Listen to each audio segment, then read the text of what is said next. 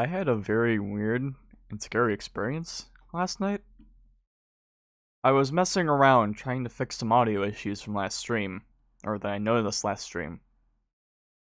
And while doing so, I decided to play some Tetris 99, you know, so I could do something while listening to audio. And I think I got so into the game that I was sitting in such a position that, you know, when your leg gets numb because you're like, you know what causes that to happen? I think that happened with other body parts. And I don't think that's ever happened to me before. And it really scared me at the time.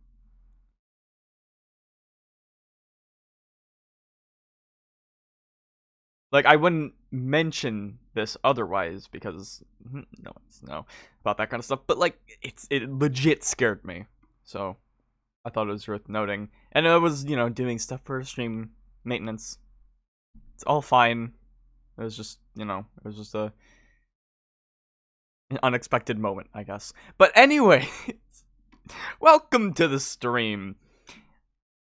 You might notice that it is a Saturday, and I really don't stream on Saturday. This might be the first time I have. Maybe one other time. I don't know. But you may be wondering why I'm streaming. Well, I want to try out this whole new schedule thing. And I have plans for now and the future. A good amount of which involving Pokemon. So I figure, why not just make Pokemon on its own day? Just give it a single day. Saturday, almost said Sunday, I don't know why. And, just play some fucking Pokemon. Love the series. I could play it for a while. May as well do it. So that's what we're gonna do. Saturdays are Pokemon days. And I also realized I, once again, have not updated any sort of stream info. Fucking hell.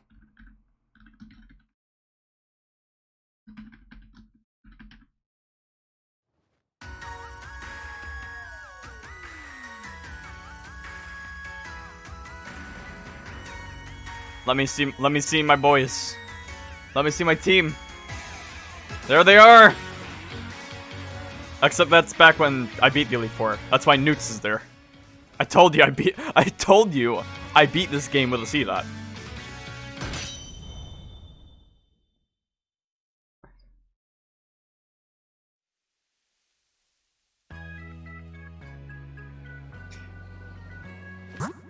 So first off, I'm gonna remember to actually turn on the Wacom this time. Cause I haven't forgotten about that moment where I ended up searching for like, what, 10 minutes? Probably longer. With no one in Pokemon Adventures or Dynamax Adventures, and just not finding anyone because I left Wacom off like a dunce. So I've got a few things to talk about, but first let me describe what we're going to be doing today. So I'm playing, we got Sword and Shield up, and we still haven't caught Necrozma in the Crown Tundra. Doing the Dynamax Adventures and then all that. So that's what we're going to do. I may go ahead and, do other things if people want. But this is going to be the primary the primary focus of today and next week.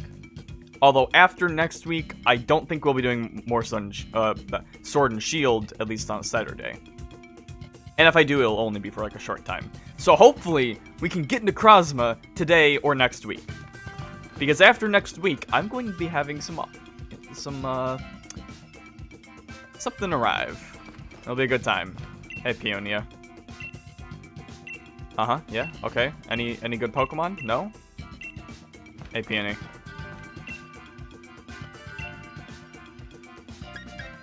Nah, I'm good. Alright, so, Dynamax Adventures, and we're just going to... Oh, man. I still haven't caught any of these. But that's fine. I just need Necrozma so we can finish the story bit. And I can stop feeling guilty about leaving this game.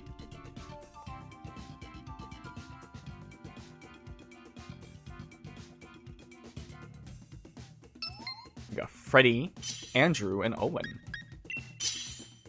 That tells me nothing about if I can trust these fellas or not. So we're just except maybe Andrew, because he's got a Sabo icon. It's a good lad. Andrew! Got a Vicable here. Ooh, Octillery. I'd take that. I've actually used an Octillery before on a team. I used it in Pokemon Diamond. Surprisingly ended up being useful. Oh. Alright, I'll just go with Vicable. I've used the Vicable too. Back in Sword and Shield. I don't think I'd use them again in Sword and Shield, but they were good for the moment. Oh, good, it's not Necrozma. Sweet.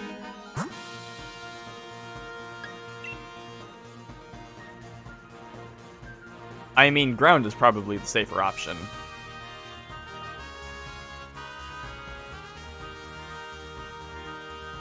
Actually, yeah, because I think it's just a Nidoking. Yeah, we would have been fine. Instead, we gotta fight a Gloom. Wait a minute, no, this is a terrible option. What am I doing?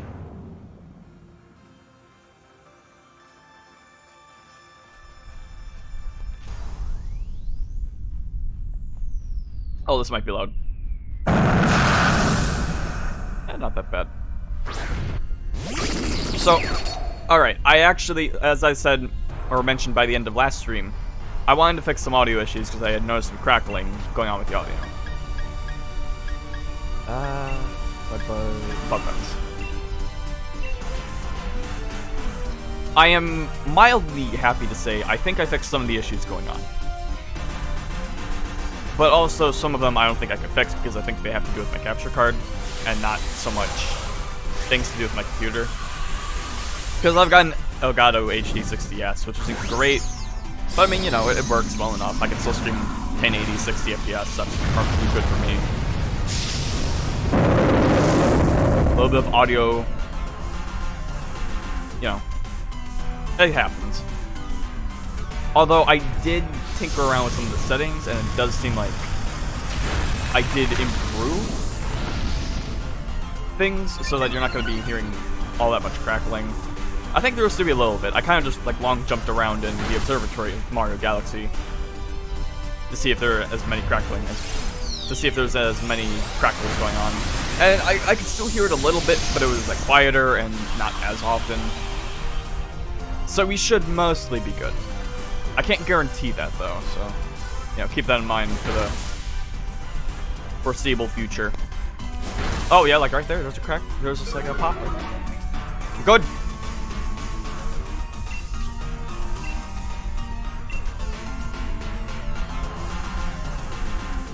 Yeah, but I will say getting a better mic for me and finishing my sound setup is a little more important to me than getting a better capture card. So, you know, that'll come first, but then after that, I'll look into getting a better capture card. So if you've got any recommendations out there, you know, recommend away. But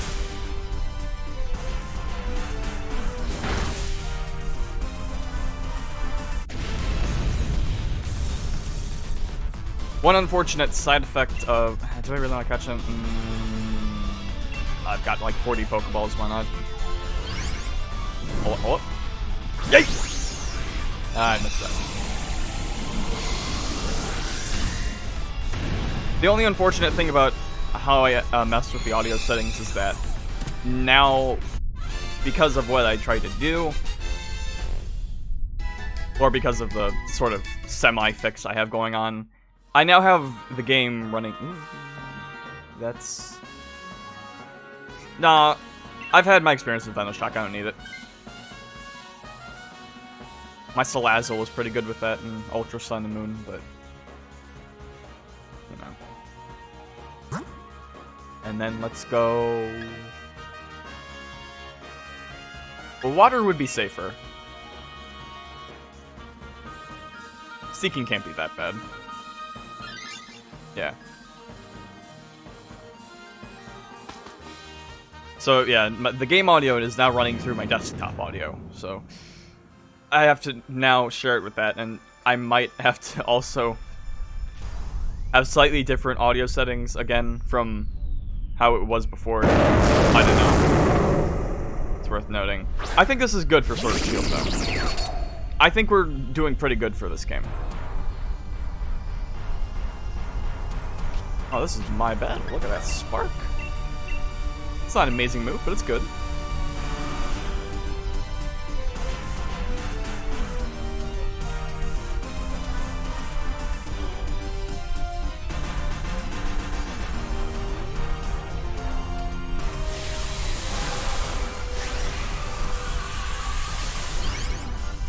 I wish the audio things didn't take me as long as it did yesterday, though, because I ended up spending almost 3 hours on it just to avoid some crackle or some, you know, just some like crispy audio.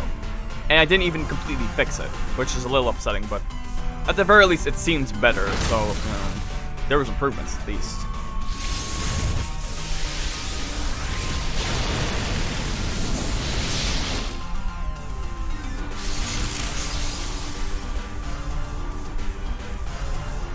That's gonna be really good for Vicavolt, isn't it?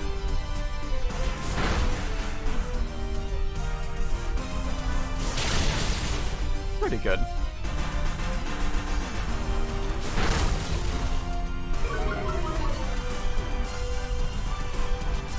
I forgot when I named my Vicavolt in Sun and Moon. Probably not that important, but it's weird because I remember the other names of my Pokemon. I heard that. Of the other names of my Pokemon in that game, but not Vicavolt.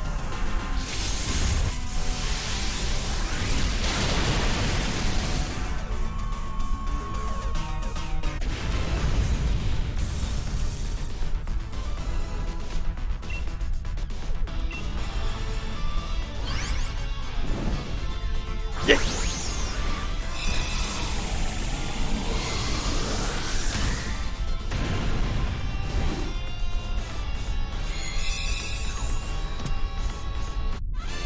Cool.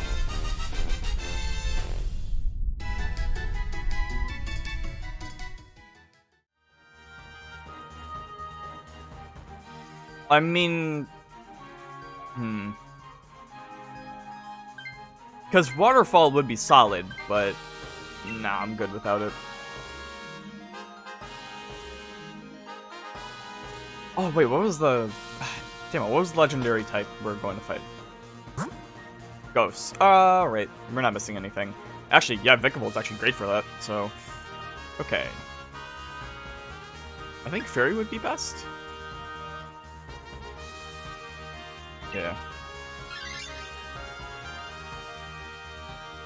They don't even notice that it's a Clink Clang, or whatever Clink's second evolution is, which is absolutely going to destroy Octillery.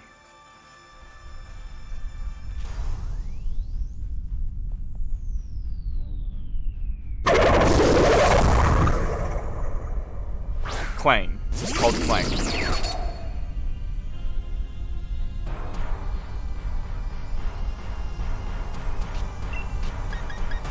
Ooh, I got Mud Slap. Alright, no, this is a good idea. Why wasn't I doing this?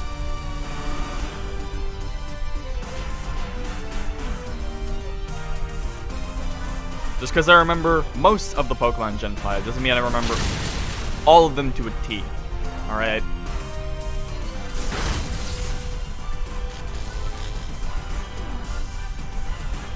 Like, I know Solosis, I know Relunculus, but I don't know the middle evolution's name.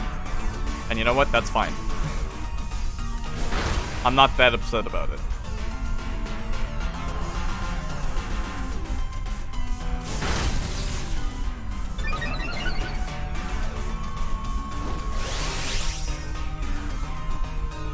I mean, I could.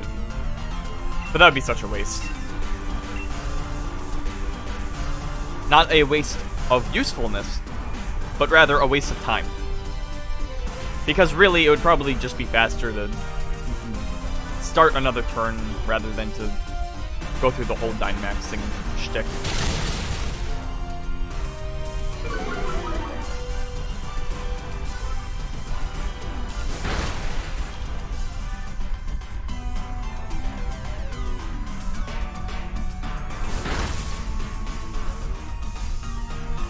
That is, if two of our party members didn't miss.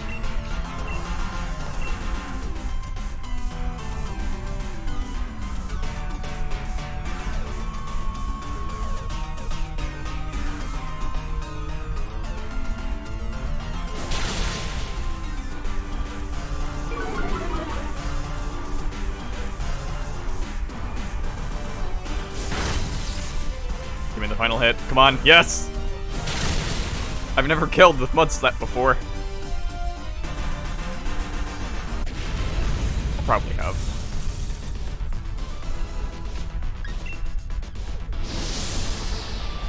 I don't need him.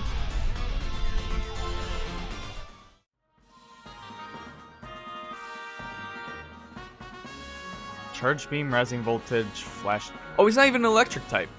He's just purely steel.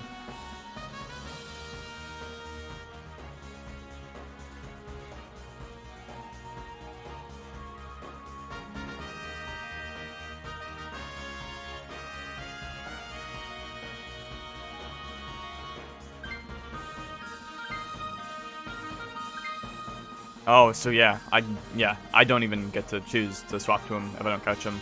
Which, like, makes sense, but I just wasn't sure if that was or wasn't the case. Oh, we are ready. There is no way we lose this fight, except, wait a minute. We have one guy with a Tauros. Might not end, wait, ooh, Ghost type. Wait, this could be Giratina.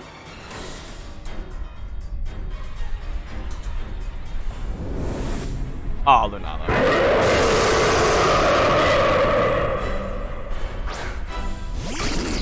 You're almost Necrozma. You are, and type-wise, you are almost Giratina. But I'm not gonna complain, because, you know, I like Lunala.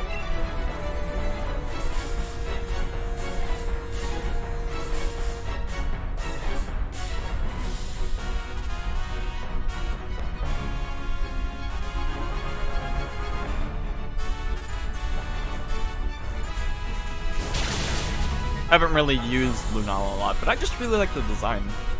It's just cool looking.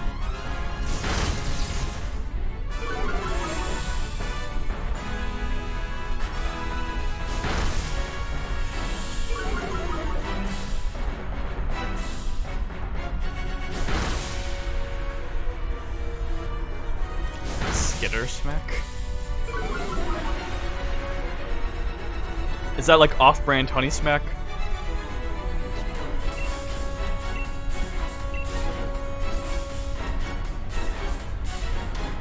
You ever think about all the cereals you have never eaten?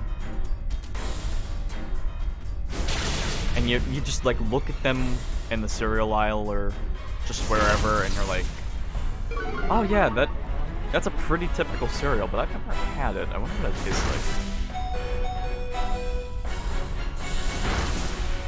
I guess you could say that about a lot of foods too.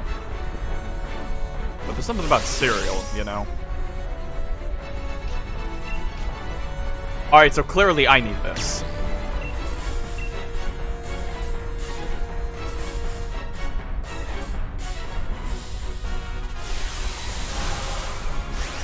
As far as I know, the other two teammates don't really have anything that good to Dynamax with. Yay! So whatever, I may as well get a little big ol' Electro over here.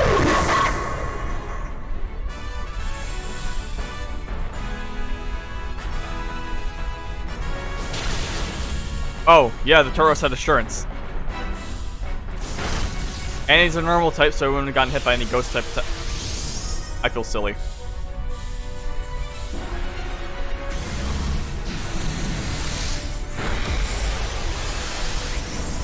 Way to take one for the team, Octillery.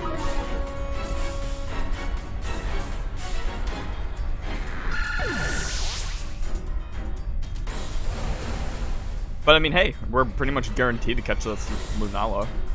I mean, check this out.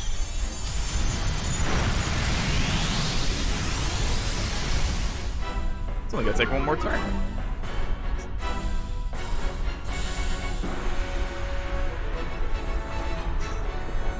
Nice.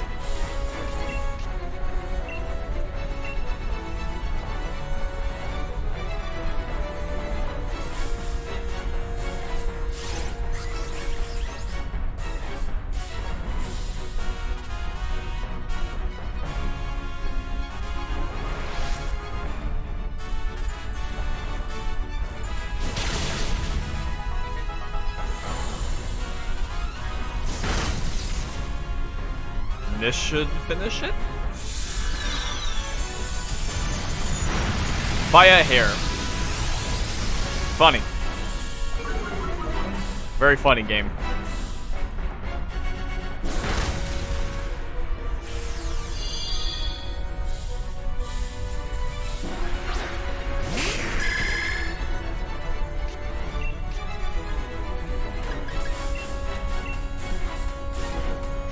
Yeah, just like throw a rock at it or something.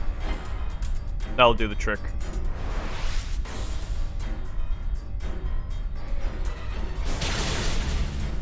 Good job, y'all. I don't even know if I have a Lunala yet or not.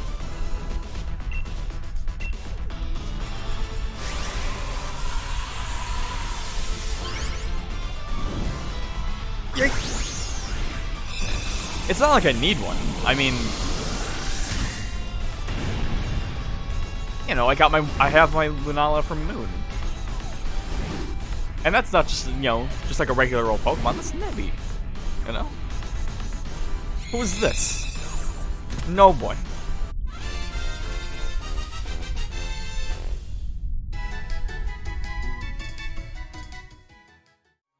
Got Gloom, got Seeking, and got Lunala. I say, probably go with the Lunala. Not amazing nature. I mean, the best one in terms of nature here is Seeking, who just doesn't get any benefits. I'm just gonna go with the Lunala. Just, you know, to have it. Why not?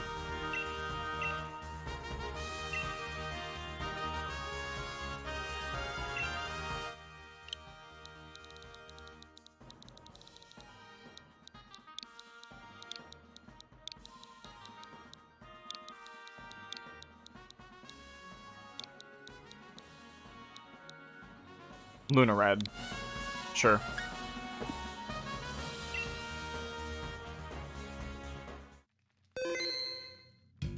If anything, I just come so I wouldn't have to, like, you know, have them queued up like the other 3 legendaries I already have, because I don't want to waste that spot. Tapu Bulu. Again, it's Sun and Moon. It's not quite what I need.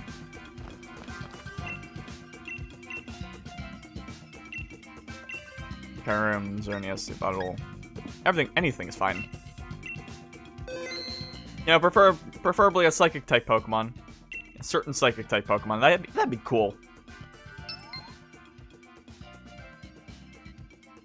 A certain Psychic type Pokemon that was the star or the main Pokemon of a game I've recently beaten, and I would like to talk about as soon as we, you know, get properly queued up for this. Alright, Scooter, Holly, and Stev. You got this.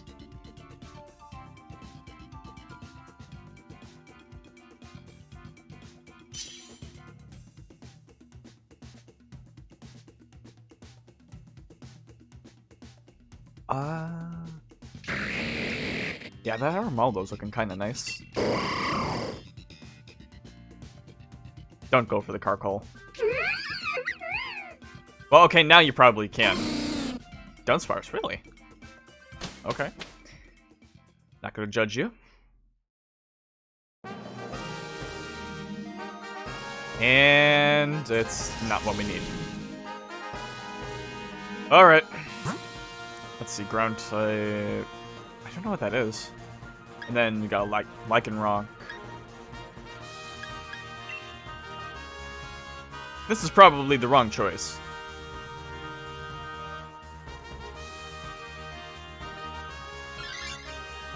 Yeah, I'm not upset about missing that Pokemon.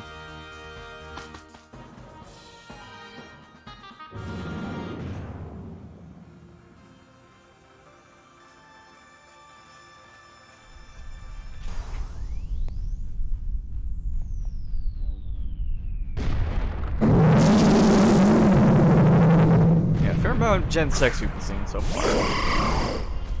Gen 7, I mean. But yeah, I beat Ultra Sun and Moon, I think, earlier this week. I do have a good move for this. So, yeah, I can talk about that. I've been kind of waiting. I could have talked about it earlier in this week, but I kind of wanted to save it for Saturday today, because I'm trying to make this, you know, the Pokemon day, so, you know.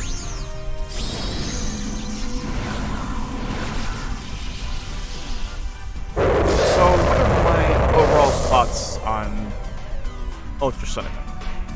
Or, well, Ultra Moon, because that's the version I had. I think overall, I mean, it's still Pokemon. I still enjoyed it. But compared, say I compare it to, you know, the original Sun and Moon, it's complicated, to put it lightly. There are things I do still like about it and like it a little more. In some regards, like, I think generally the gameplay is more solid in Sun and Moon. Like, I think the balancing is a little better. Maybe that's because I didn't try to catch as many Pokemon as I could this time and just, you know, play through the game normally. That could be why. But I don't know, I think the trainers, something about the trainers maybe a little better balanced.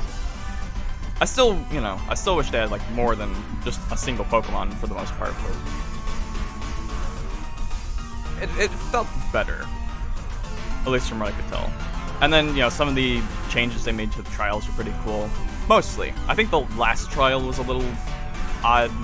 Like, just having you go around the islands and fighting some of the trial captains, which is cool, but also it felt a little redundant, because it's like, oh great, now I gotta fight Nanu again. Like, why? He's not, he's a kahuna, not a trial captain. And I get why, it's so they don't have to have you fight the one that ends up being in the Elite Four, but still.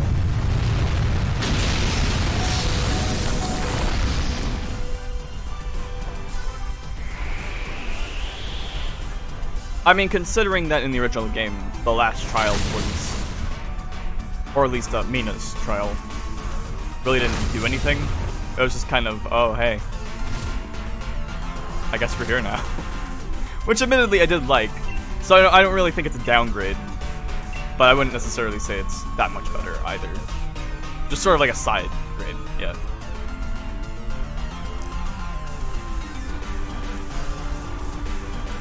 Plus, I mean, you know, you've got a bunch of new locations, which, I mean, they could have had in the original game, but,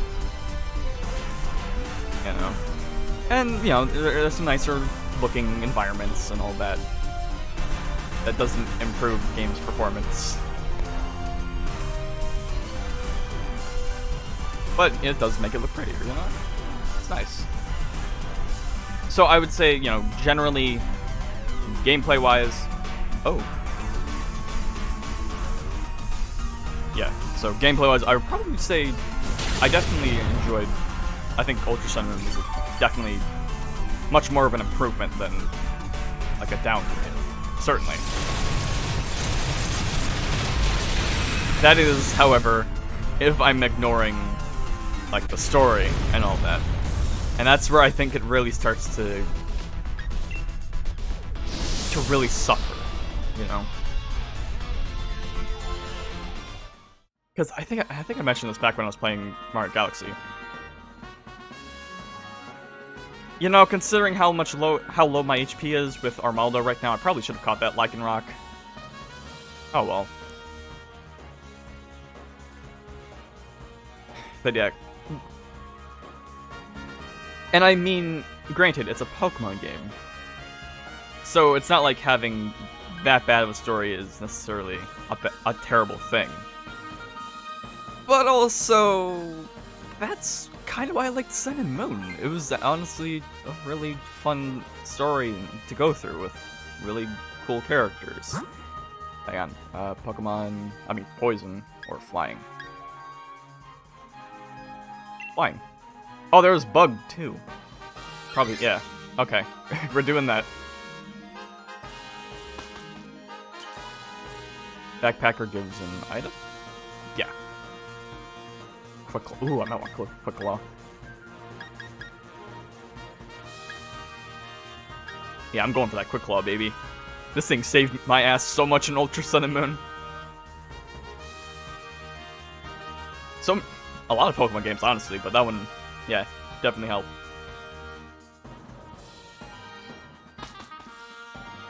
I don't even know what we're fighting right now.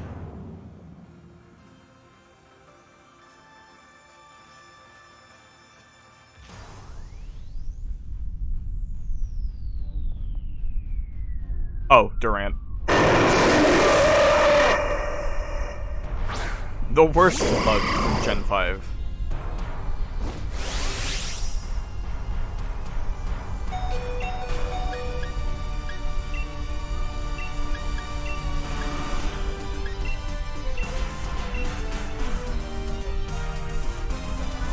going back to Sun and Moon.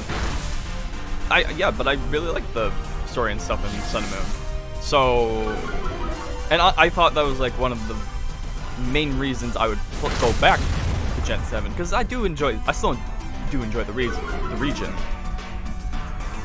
But say if I'm gonna go back to Pokemon games for just purely the gameplay, you know, I'd rather go back to say Black and White 1 or Platinum, something like that. Fire Red, Emerald, you know. Well, you know, mostly with those games, since they're for as good as Emerald and Fire Red are, they are a little dated in some regards. And not to say Sun and Moon isn't fun either, but, you know, I just have others I'd rather play. But I actually, you know, really enjoyed what was going on narratively in the game.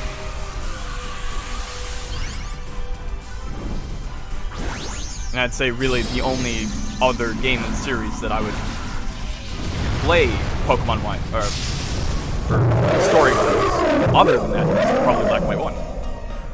So yeah, I really liked it. And then you have Ultra Sun and Moon.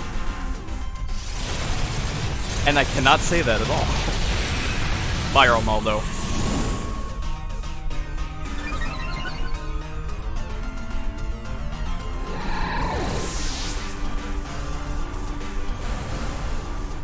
The issue with my issue at least, with Ultra Sun and Moon's story and all that, was it feels like they wanted to make it like this sort of alternative to the original Sun and Moon's plot, like the whole Ultra Beast stuff. I mean, not the whole Ultra Beast stuff, but you know, the stuff with Necrozma and Ultra Wormholes and that.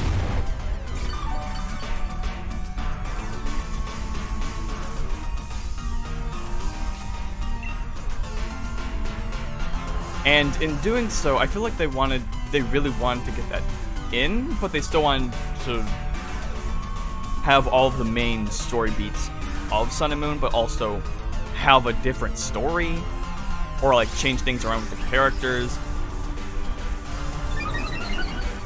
And I mean, okay, somewhat spoilers for the game, you know, of course, but.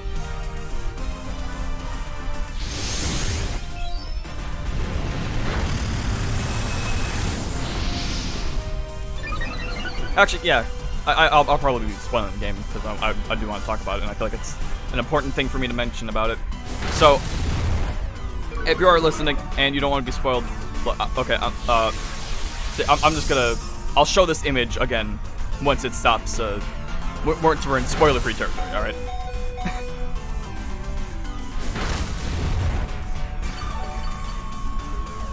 I really don't like how they changed, oh, hey Joey, how you doing? Big Joey, how you doing? I don't really care for how they change most of the characters. I'd say most. The most important ones, I would say. Like Buzzmine, Lily, Gladion. Most of the stuff that goes on with them, they did change, I think, to sort of work around. I would even say it was to work around the new stuff with what happens with Necrozma, because they could have left things normally and found out a way to change it that way, but they didn't. They kind of tried to change Buzzmine from just like this beauty-obsessed, awful bitch to like someone who was like, oh no, but they were like actually good. Except, you know, all the stuff with her children still happens. So like, you know, Gladion still fucking runs away from home. Lily still like tries to save Nebby or whatever.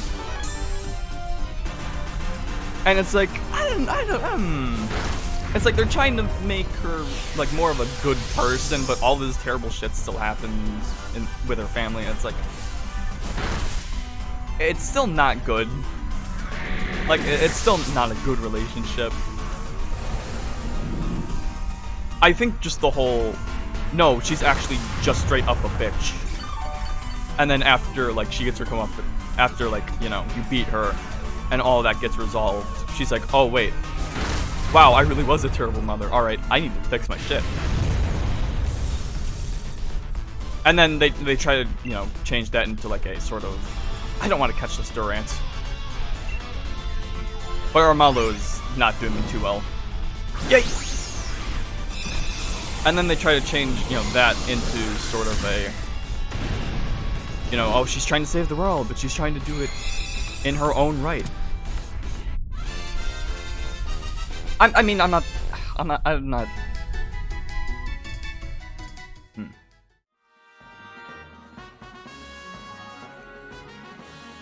It does have X-Scissor and Metal Claw, though. I'll swap. I mean, he's fast, at least. For what that's worth in Dynamax Adventures. I mean, I'm not, like, fully knowledgeable about the plot. I'm not, like, too immensely noticeable about it. We probably should have went Steel for this.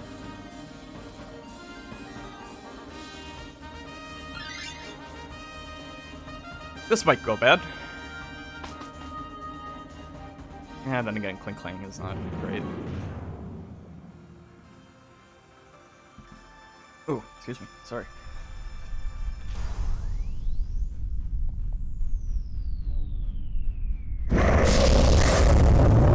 There's B.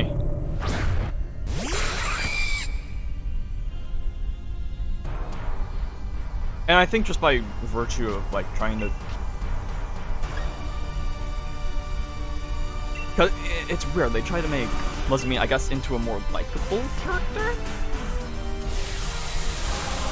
But then also, with the things they changed to that, I feel like it made, by extension, Lily and Gladion worse characters, because their motivations, I feel like, are a little bit more muddled up.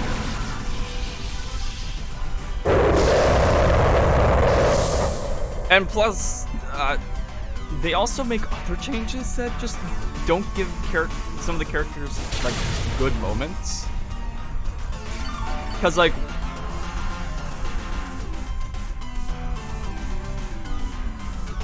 Because, like, when Luzmine and Guzma, Loboe, end up, you know, going into Ultra whatever to try and stop Necrozma, and then we try to get, like, the Moon and Sun Flutes to save them. You know, and then once you go into there in the original Sun and Moon, and, like, Lily, like, tells her mother off, it's, like, a really good moment. But then, that's not even in the game. You don't even go there. You don't even have that fight. You use the flutes, and then they just get spit out, and then Necrozma attacks.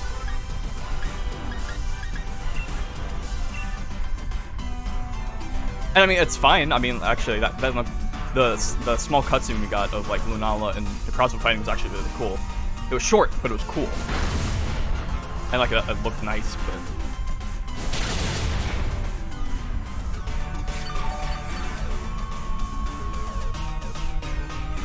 And then, you know, when you're, like, going to get that flute, or one of the flutes, the one on Executor Island, it's like in the... So, in the original game, both you and Lily would go to that island and try and fight it, and then you have to go in a cave when it rains, and it's a nice moment between the two characters. But then in Ultra Sun and Moon, before you even go there, it's sort of more, you know, connected to the, like, Mina or whatever. They're not quite. I don't quite remember how it's, like, different from Sun and Moon, but basically they're like, oh, hey, Lily, you probably shouldn't go to this island. It might not be safe. And it's like, okay. So instead, you just fight, like, 3 pincers to save Executors. And I mean, granted, I like actually seeing the Alolan Executors out. Wait, are they what's it? Yay! Yeah, they're Executors, because execute the original form. And yeah, I like seeing, like, actual Executors out. You know, that's cool, but... It's like, it's just like 3 pincer fights, and that's it. And then you get to climb one of the Executors, like, necks, or, like, they pick you up and place you there. And it's cool, but... I'm gonna swap out. I don't need Durant. Oh, I'm sorry, Steph. Okay, no, that's cool. I'm fine with that.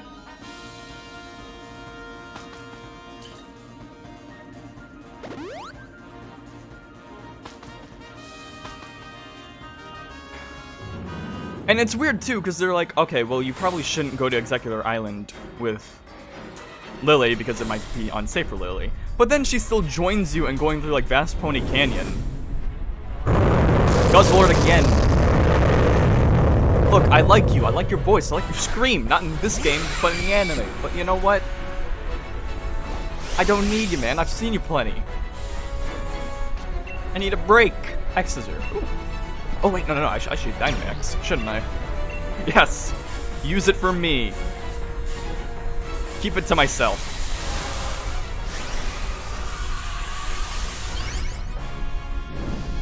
Yeah. Would a Dynamax ant be human-sized? Or would it be Dynamax-sized? Don't listen to me, I'm stupid.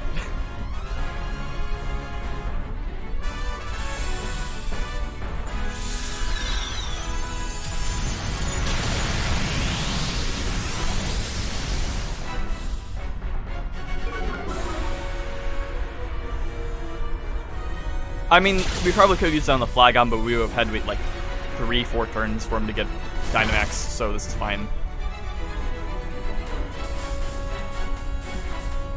And another thing with the story moments in that game, it's like when, you know, Necrozma finally does appear, and all the different story stuff happens, it kind of feels like there's not... The writing is like very to the point. Like there's not a lot of like added... This is a weird thing to mention, but it's like there's not a lot of added flavor to the text. It's very like, oh hey, do this, do this. It's like, what can we say in the shortest way, with the least, you know, in the quickest way possible, so we don't have to linger on this moment too much and just get to what we wanted to add to this game.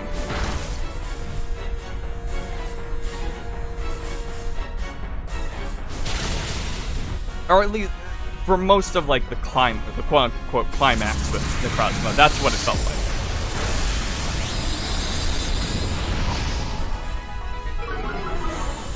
Not that all the stuff they added for going into the Ultra Space to fight Necrozma felt like that, or didn't feel like was a cool addition. But I don't think it paid off for the most part. If it was just the additions, and then maybe they worked around it, like for the original plot, maybe it could have worked.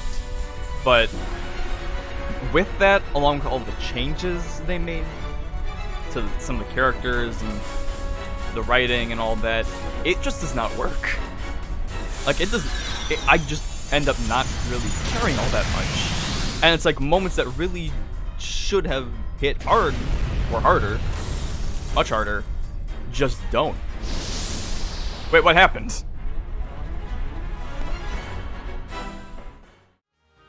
Wait, oh, no. I'm confused, what happened? Weren't we supposed to catch him? I mean, I already have Guzzlord, so I'm not upset, but whatever. Ooh. That doesn't seem too bad. Ooh, Durant, ooh, okay, you know what, Durant? You got a good-ass attack stat. I'll take that.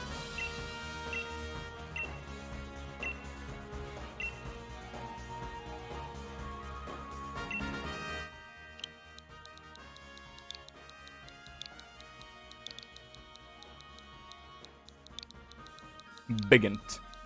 My Durant is Bigant.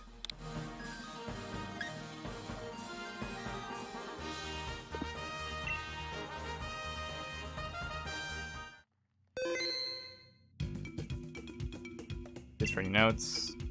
No, I already have Guzzlord. I don't know why I wasn't able to catch him, but maybe because I already had him. I don't know. Dang, 60 hours. I say that like it's an achievement. For me, at least. I mean, I think I put more time into this game than I did Sun and Moon originally. But we're still not even close to X and Y.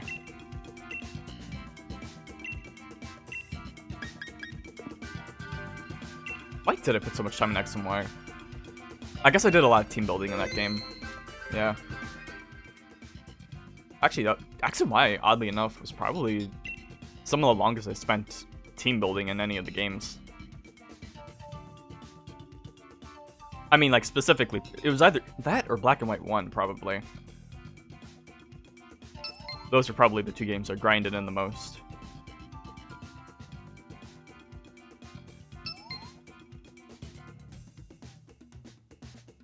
All right, and let me finish talking about what I thought of Ultramoon's story, so I can get that spoiler, give the spoiler-free thing. So I didn't like that. I didn't like the stuff with, like, Luzami and her family, and then most of the changes, most of the additions didn't feel like they were... Oh, I'm getting Excavalier. I didn't feel like were, like, worth, sacrificing all those moments in the plot for.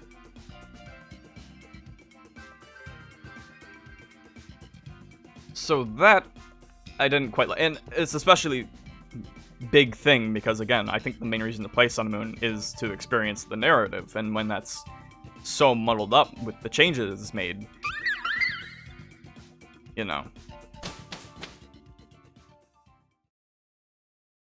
Although I will say this, there are things I did like that they changed.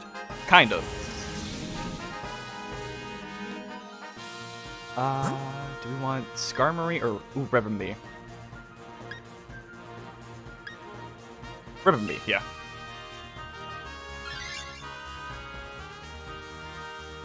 I mean, that's understandable with the Pokemon we have. I love Rivenbee, though. They're one of my favorite Gen 7 Pokemons.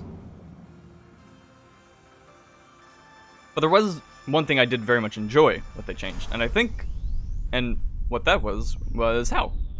I think How was done really well. I don't remember if he was... I mean, and again, this is me not remembering too much of how he was in Sun and Moon, but I did like him in that game. But I think they really did him, like, well in Ultra Sun and Moon, for what that's worth. And I especially kind of liked how, by the end of the game, he actually ended up, being the final fight. I thought that was a cool change. And it does kind of take away from Kukui, or Professor Kukui a bit. And that is a bit of a shame, but also, as sort of like as Ultra Sun and Moon being sort of an alternate game to the original Sun and Moon, I think it was a nice change. It was a nice surprise. Because, like, you play the first game, and then you're going up to this, and it's like, you're expecting Kukui, and it's like, alright, let's fight Big Man. And then he's like, just kidding. And then How comes up. I thought that was a good moment. I actually really liked that. So and again, it kind of takes away from Kukui, and he doesn't really get anything else, like, new or whatever. So technically he is done worse in this game, to a slight extent. But I'm kind of okay with that just because it allows How to be a better character, and I'm fine with that.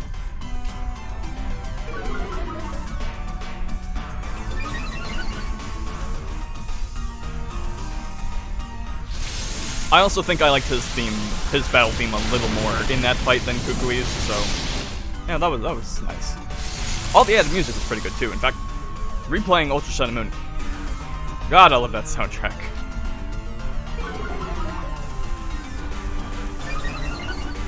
And boy, do I love this dip in connection I keep getting in the stream. I don't know why that's happening. And I just see the bitrate go to, like, red for a split second every few minutes. I don't know why that's happening. That's a fun thing to deal with, though.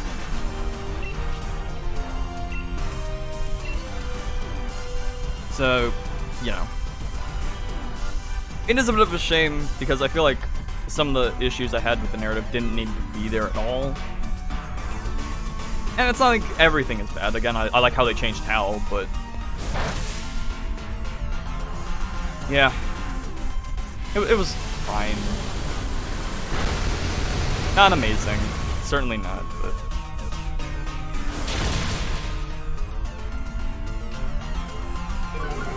all right, I'm gonna put up the image now. All right, we're out of spoilers. Come back, my crew.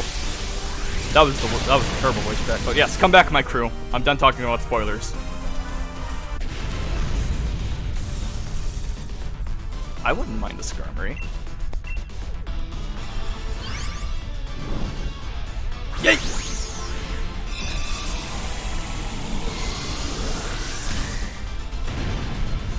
I am gonna keep talking about Ultra Sun Moon though, because yeah, the added songs are pretty good. I did enjoy quite a few of them, and I think, and listening to the music of that game again, it just kind of made me more appreciate Gen 7 in general. Wait, no, I didn't. Oh, I didn't mean to swap. No, give it to Binu. No, I don't want to give. Oh no, I feel like it's such an asshole now. Damn it. Yeah, I probably want to go dark for this.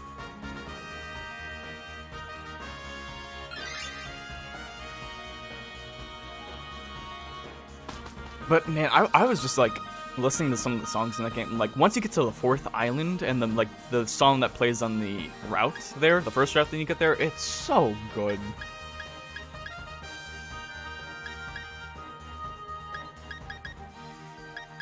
I don't even remember what the legendary Pokemon here is.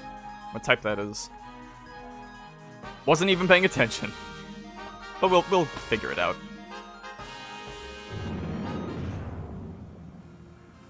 But I was listening, you know, I was listening to some of that music, and I'm like, or, you know, the songs that were at least originally in Sun and Moon as well, and I'm like, man, if I was playing the original game with, like, the story intact, and I didn't have to, like, have all of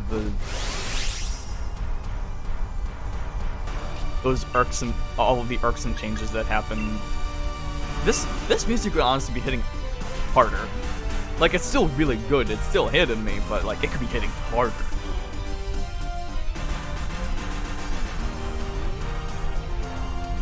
And the new tracks are good, too. Like, Ultra Necrozma's Valthing is really good. The stuff with Rainbow Rocket, most of the music in that was pretty good. Oh yeah, and Rainbow Rocket. Yeah, I should talk about Rainbow Rocket too. That was also another addition, like story-wise. I didn't mind. I thought that was pretty good. I feel like that could have also just been done with how the story was originally, but neither here nor there.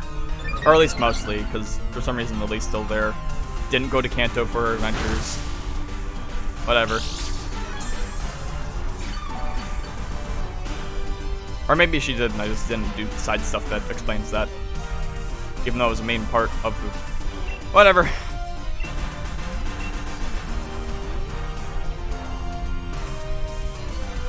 But generally I thought the Rainbow Rocket stuff was really cool. It was fun to do. Fun to see some of the old villains come back. Especially with like Archie and Naxi like being actually like their original designs and not like their ORAS designs. I thought that was a cool touch. And like how they're all like villains from where their plans succeed. Except for Cyrus, or whatever the Platinum villain's name was. I think it was Cyrus. Because it's basically just what happens in Platinum. Except he doesn't go to distortion space. The distortion world. Oh, my Vicable. Oh, it's not my Vicable, actually. I've just got Skarmory.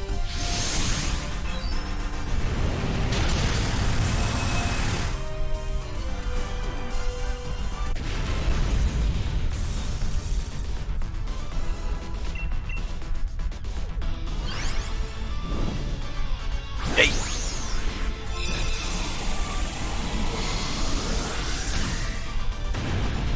But I thought it was like a fun, you know, extra story. I'm kind of glad they kept doing the extra story stuff. You know, like having the Delta episode in ORAS. I think it's fun.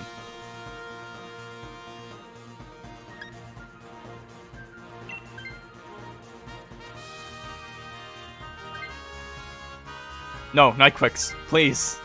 Actually, Binu should get this. Good for them. I'm glad they finally got their Pokemon change. Electric, oh. This isn't... Yeah.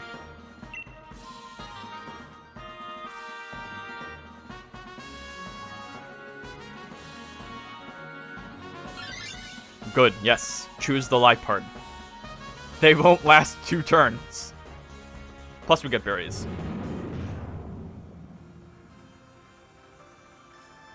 If I could complain about one thing with the Rainbow Rocket part, was that the amount of Team Rocket members you fought, it felt a little bit much, especially because they all had a single Pokemon. Well, almost all of them, I think just a couple, had like maybe 2. And they swapped between like the same 5 and 6 Pokemon, and boy did it get really fucking tiring.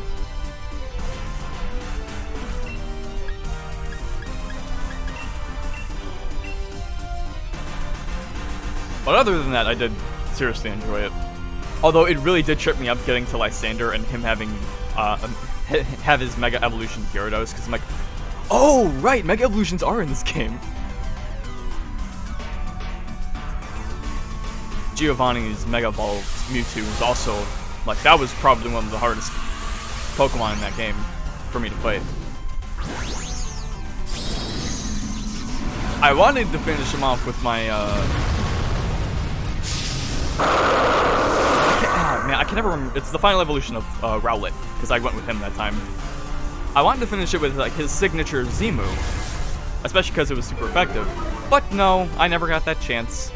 The game's RNG said no. So I just had to finish it off with a fucking sucker punch. Anticlimactic as hell, but it worked. I beat him.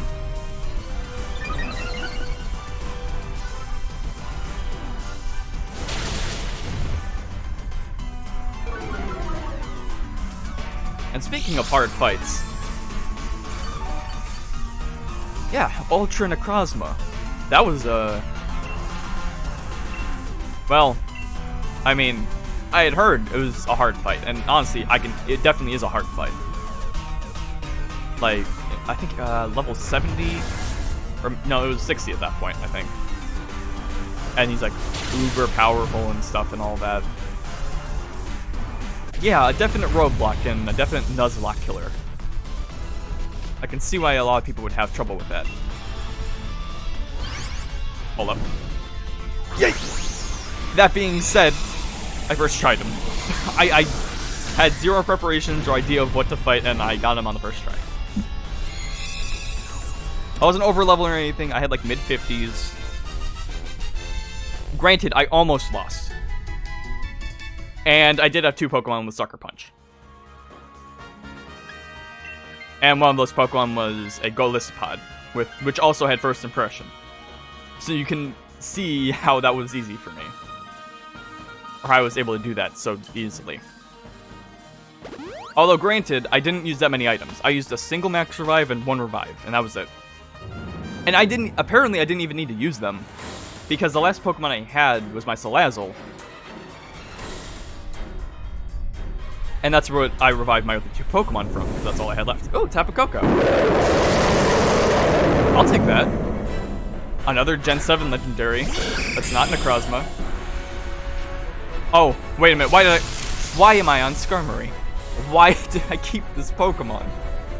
This is a terrible Pokemon to have for this. None of us are well equipped for this.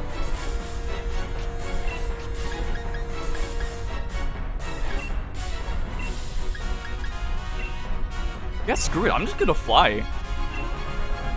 Like, that way at least I'm not in danger of getting hit, and like, yeah.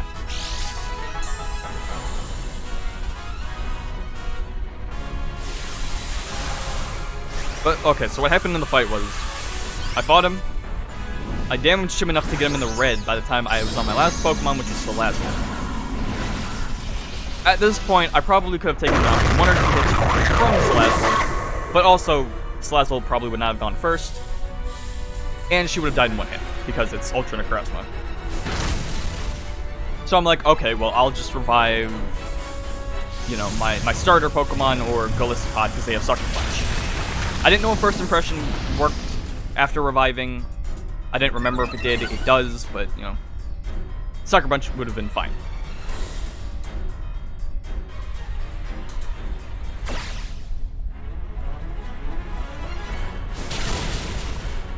But what happened was, okay, so I went to use my Max Revive on my starter Pokemon, because I felt like that was my best option, plus it would have been appropriate. They're my starter. I like them. Good Pokemon. And then Salazzle ended up tanking the whole hit from Ultra Necrozma because they got, full affection. I have my team, the friendship levels are up because it's Gen 7. It's really easy to do that. So I'm like, okay. Well, now Salazzle's basically dead, so I'm just going to go ahead and revive Golisopod just to be safe. And then my Salazzle ends up avoiding the next attack, again, because of friendship. So I'm like, damn it. I could have just finished it with Salazzle and not used any items. I could have just gotten 2 hits right there if I just trusted my damn team.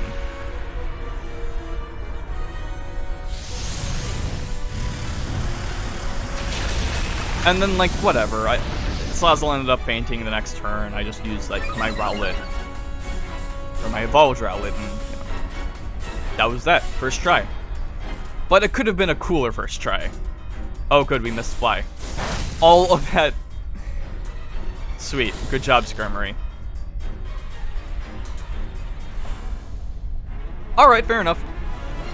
Oh, we didn't use the attack yet. Alright, well, it looks like Fly was actually very much the right answer for that. Although at this point, we don't need it.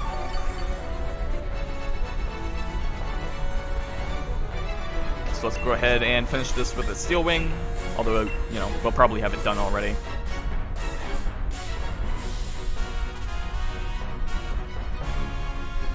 And then to rub even more salt in the wound for Necrozma, when I ended up finding him on the way to Pokemon, to the way to the Elite Four. I found him, saved before you fight him, because that's what you do with a Legendary. Got him with a first impression, put him down to red, threw an Ultra Ball at him, caught. 1 attack, 1 ball. Simple as that.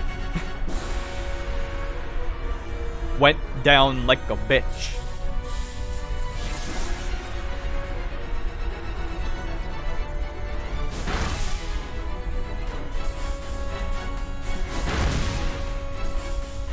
I mean, I guess it is a little cheap to use, Sucker Punch in a case like that, since it is super effective against them as priority, speed priority. But at the same time, it's not like, I don't feel too bad about it, because it's not like I planned to cheese him out. That's just what I had at the time and worked with. So I don't feel all that bad about it. Yay!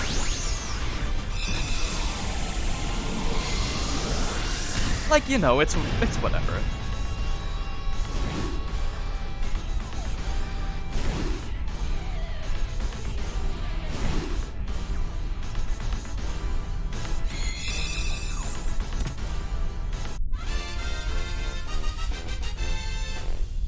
I did look up, some discussion of people who had done that fight. Hang on, let me check out the spoils of my reward. I'm probably going to go with Tapu Koko, because I like him. Low defense, but high speed.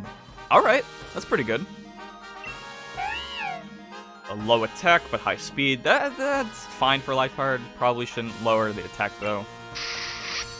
High attack, low speed. It's good. Normal. I'm going with Tapu Koko.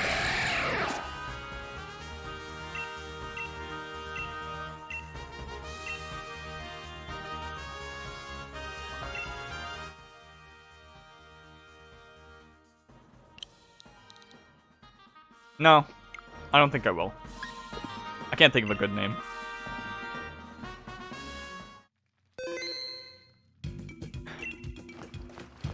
Alright, Peony. Anything new? Groudon. Oh, so it does change. Damn it. Groudon's a good Pokemon.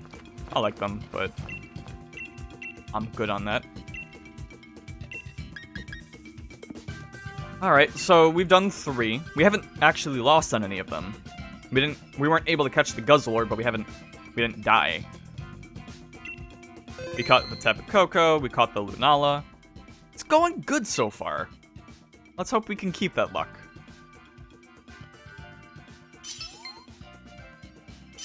Jord. Ardor. And the third guy, and I don't recognize what... It's in an Asian language. I don't know what specifically it is, but...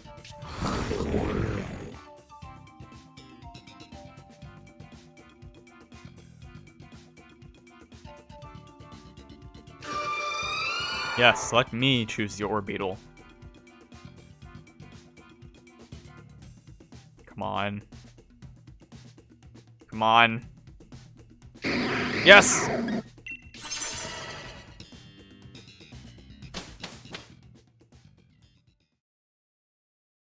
Come on, Psychic type, Psychic type, Psychic type. Fire! It's gotta be Moltres, isn't it?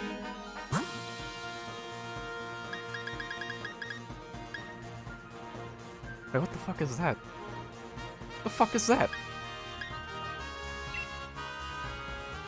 I mean, it doesn't really matter which we choose, because either way, Orbeetle's gonna be good for this.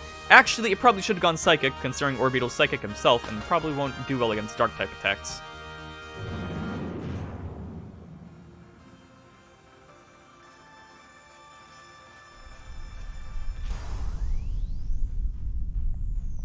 Wait, did we already get... Did we already lose a trainer? Oh, it's Obstagoon. Okay. We already lost a trainer, probably because they're looking for Necrozma too. Great.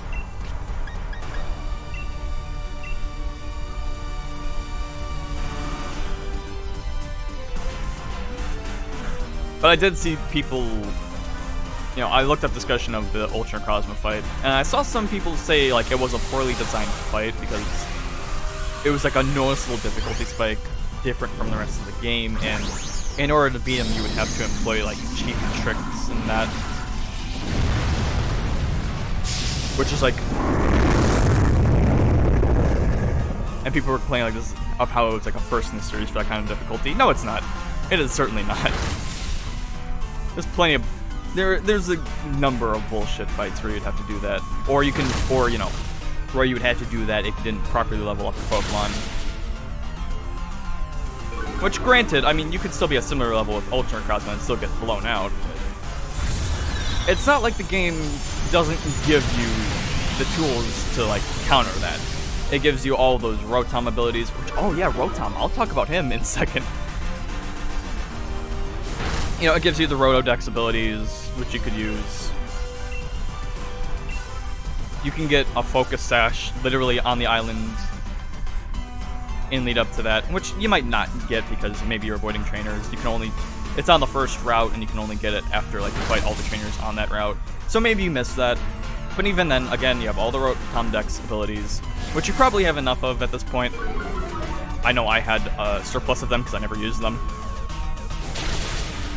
You've got all the stuff with your normal Pokemon. You can, like, boost out your friendship because of how Gen 7 works. I feel like the game gives you enough tools so that even if you might get blown out, you can still relatively work your way through the fight. In a decent enough way.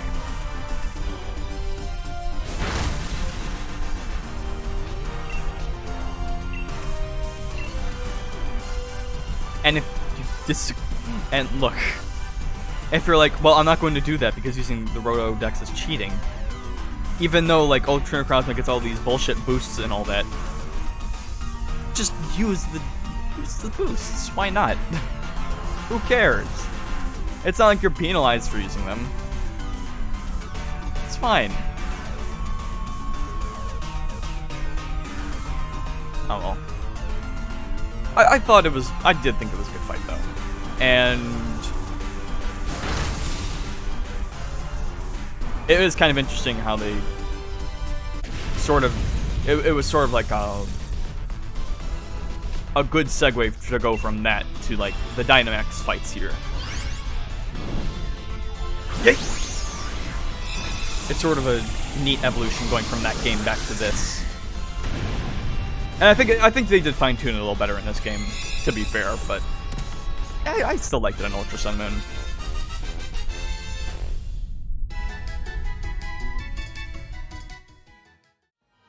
What I didn't like about Ultra Sun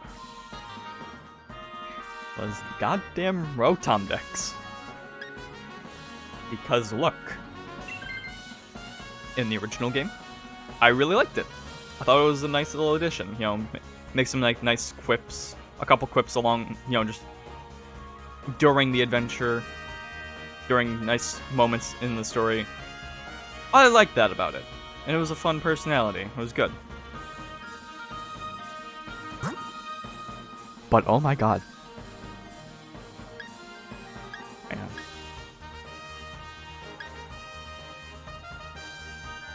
There's no good choices here. It's all terrible. Mantine. Oh wait, that was a Marowak. Oh. But my god. In Ultra Sun and Moon? That little electric piece of shit. The Rotom Dex never shuts up. I just want a static map on the bottom screen, alright? I don't care about the Roto-Loto and having it happen every 5 minutes. And granted, I don't have to do it, but then otherwise, its eyes are gonna keep glowing, and you know how much that messes with my brain? I can't deal with that. It's gonna keep bugging me, because I'm like, oh, I can do something here. And I should, but then I'm gonna have to waste like a whole half a minute dealing with that. Every time, every 5 minutes. I wish I was exaggerating, but I swear it was like that. 5 to 10 at least. It was a nightmare.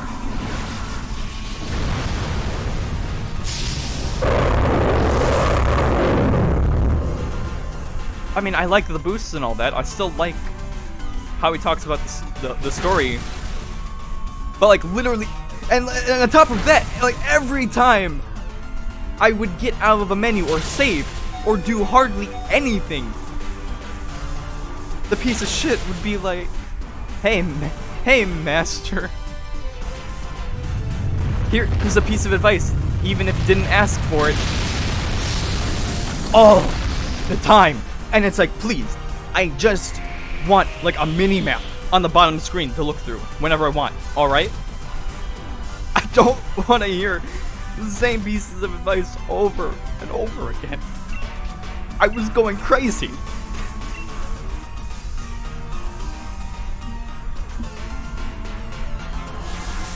Like, I had no problems with him in the original game. It was fine. But oh my god. It was a nightmare dealing with.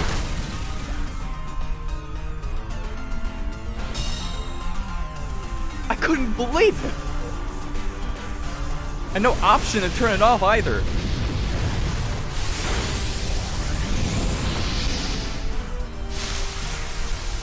That, honestly, that was the best part about being done with the game. I didn't have to deal with any of that anymore. Yeah, that's right, Orbeetle. Live with that nice 3 HP. Show that Sandstorm who's boss.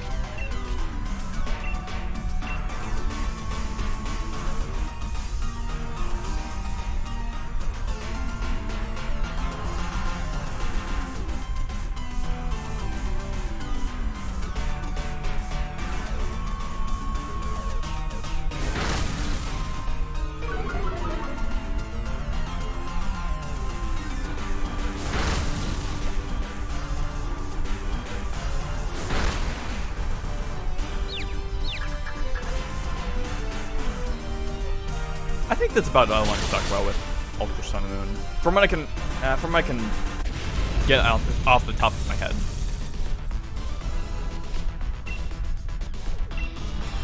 You know, the specifics of it and all. Yay!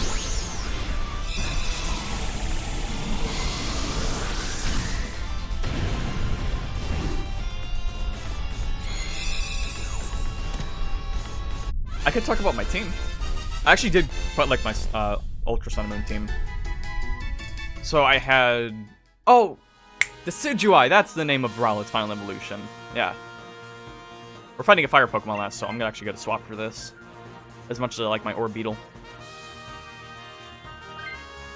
Ivy, please.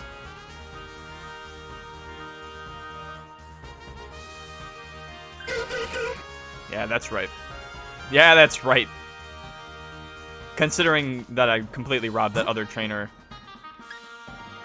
of the Pokemon they wanted for the last Dynamax adventure, I should not, according to the laws of karma, I should not have gotten that. But lo and behold.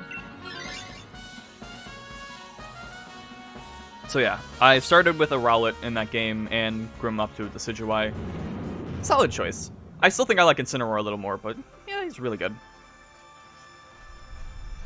Gen 7's got a good set of starters.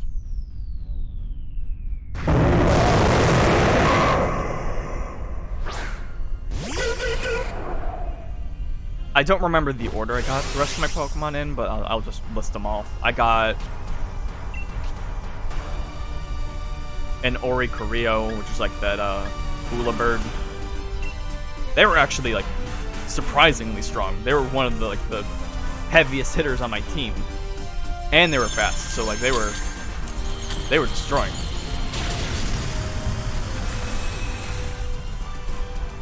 It was a bit tricky though, because I wanted to have them as my sort of electric type, and the Oricorios are weird because like they have 4 different forms, different types, and they don't actually get moves associated with those types. But they do have this one like dance move, which is kind of like Weather Ball, which changes along with their type. So I wanted to use that because it was actually like a strong move. It would have been a good, like electric Pokemon to have. The problem is, you don't get that move until level 40, and I had them from a very early point. So although I did have an electric type, I couldn't actually use electric type moves until then. But once I got that, I mean, I still had a flying type at that point, so they were pretty good for that. But once they actually got, I think it was Revelation Dance, and I could use an electric type move, a good one at that. Man, it was unstoppable. It was power.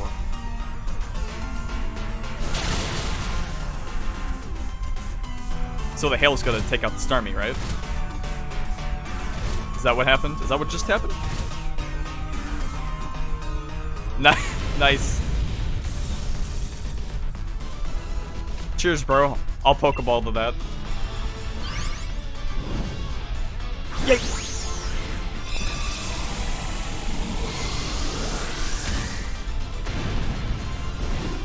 So yeah. Decidueye, then Oricorio.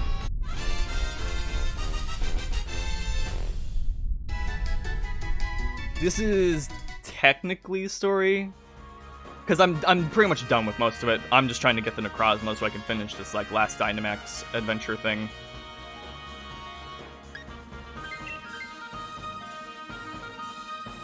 And boy, has Necrozma not shown up at all for me.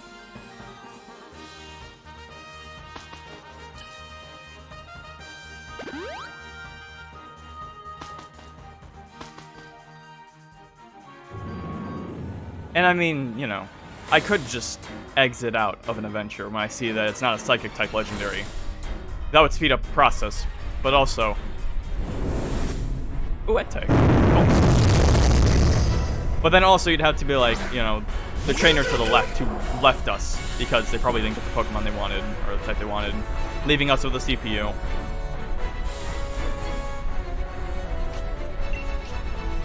I feel bad whenever I do that, so, you know, I can't.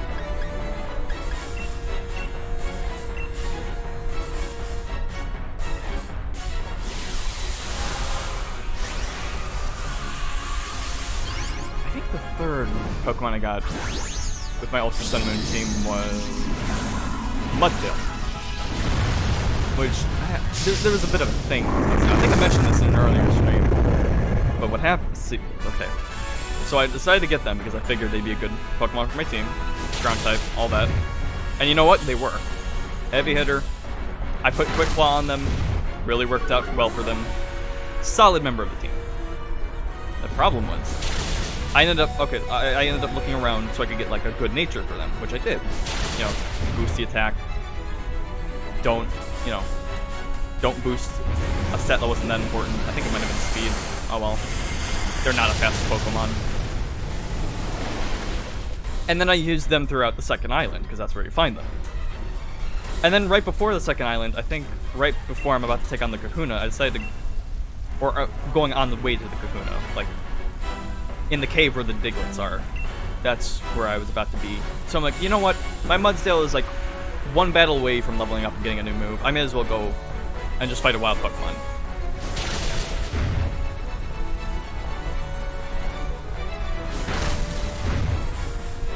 And then what happens is I had to go for one random encounter. And that random encounter was another Mudsdale. A shiny Mudsdale. One I could have been using the whole time. On the bright side, they didn't have a great nature. Not a bad nature, but not a great one. So I don't feel that... So it was a very... So I'm like, do I want to use this Mudsdale that has a good nature, and I've already been using and I kind of like, or do I want to use the shiny one? I went with the good nature. So I still have a shiny Mudsdale. I'm happy about that. But I was, you know, it's like, man, I could have been using a shiny. Yay!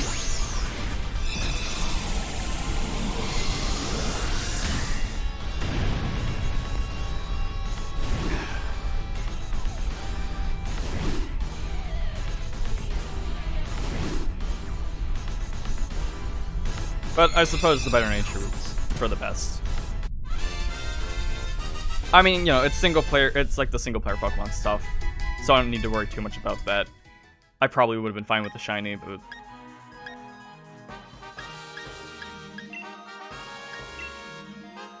let's see. High special defense, low.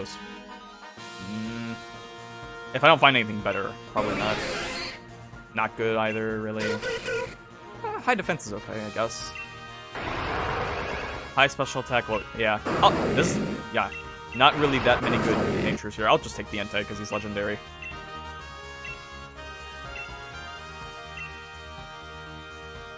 I mean, hey, at least through all this, I'm getting a bunch of Dynamax ore.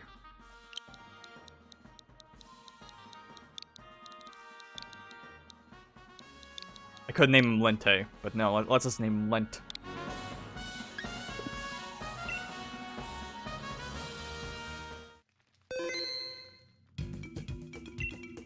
What can I get with all of my Dynamax ore? I have 141. Not bad. Still can't get an ability patch or a beast ball. I still don't know why they have beast balls here. Why there are 150 Dynamax ores or Dynite ores. I guess just for bragging rights or just to throw the Dynite ore at something because it looks cool. There's only one of each legendary per game. Yeah.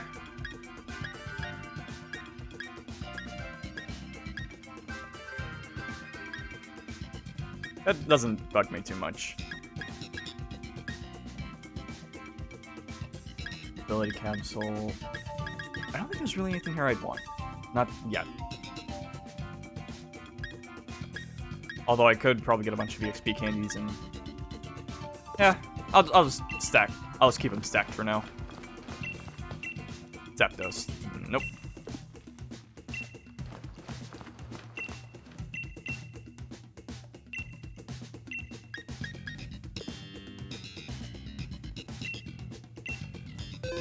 No, I'm good.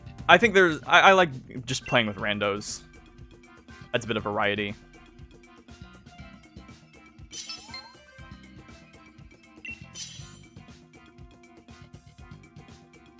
Oh, wait. Oh, I think I see what you mean. There's only one legendary per game. So if I catch a Pokemon and then I encounter one later, that means it'll just run away. Is that what happened with that Guzzlord earlier? Because I caught a Guzzlord before and then he just ran away when we beat him. Is that what happened? Because that would make sense. Huh.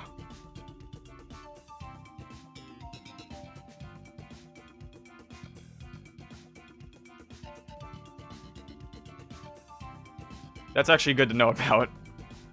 I'll have to keep that in mind whenever I catch another legendary.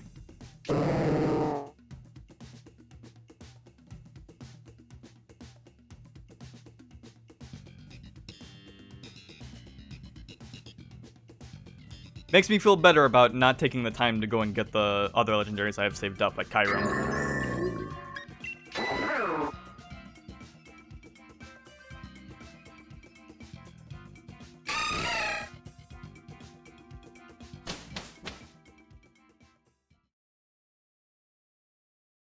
That being said, I'm not concerned about Necrozma being shiny. I just want him, and it's not Necrozma. All right.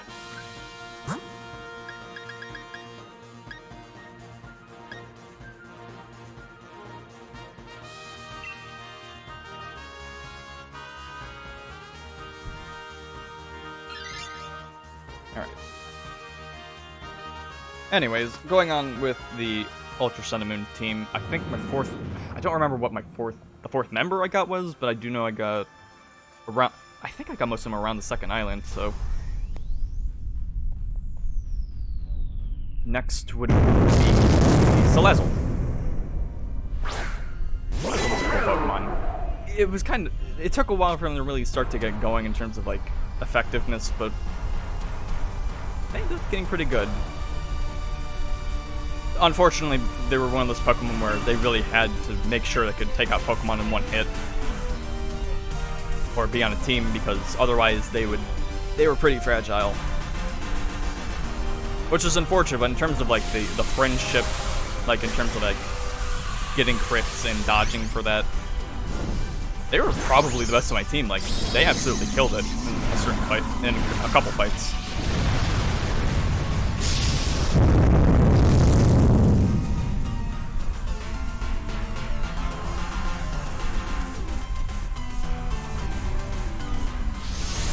Damn it, who else did I have? I was just playing the game earlier this week. I said I liked the team. Why, I should be remembering these guys. Oh, I had a Beware. I think the Beware ended up being a little too useful, too. Because they were just, like, pretty much any time I brought them out, they were just... the high defense and the high attack really just worked out for them so well. Especially having those fighting moves and Thrash. They were a menace.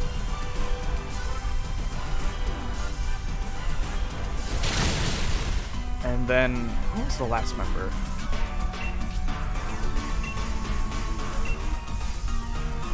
I'm trying to think, because I tried to build my teams around like type coverage. So like, who tied it all together? Oh, the Pokemon I mentioned earlier, Golisopod. They were also kind of another like slow starter, but they definitely got going. Like, especially like in the second half of the game. Oh, they were so good. Really good to start off with too, because of emergency exit. First impression was admittedly a bit of an easy move to use. Especially when it came to that Necrozma fight. Yay!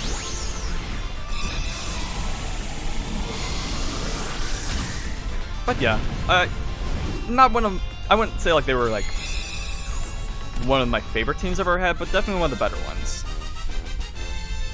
It was a solid, you know, a solid time with them.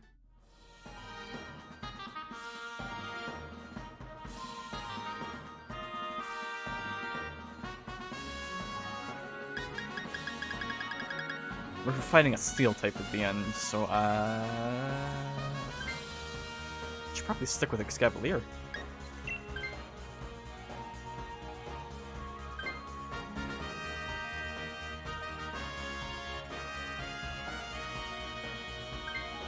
So that's basically all I wanted to mention with Ultra Sun Moon.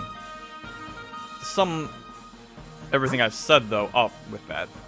Hang on. Ground, flying.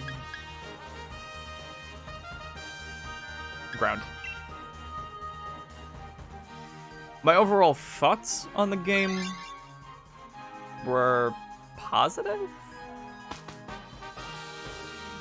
It's weird because, like, I did enjoy my time with the game. I did end up beating it. And I did like my team, and I guess that's how I should put it. I liked playing it. And like, if I just wanted to go through Gen 7 again, skip through the story, not even pay attention to it, I'd probably go back to that. But I'm not going, but generally, I don't want to go back to Gen 7 purely for the gameplay. If I want to go back to a generation or a game for a gameplay, I'm going to go to Gen 5, Gen 4, something like that. If I'm going to go to Gen 7, I'm going to play it because I like the story, I like the narrative in that game. Which I really did not care that much for in Ultra Sun and Moon. So it's weird because it's like a sister game, kind of like Emerald or Platinum, but it's more of like an alternate take rather than like a definitive version. And I mean, honestly, I think I would just recommend the original game more. I mean, that being said, like, you know, when I see like Pokemon tier lists and like people like put Ultra Sun and Moon like way below Sun and Moon, I don't think it's that bad. I think it's probably like a tier or two below, but you know.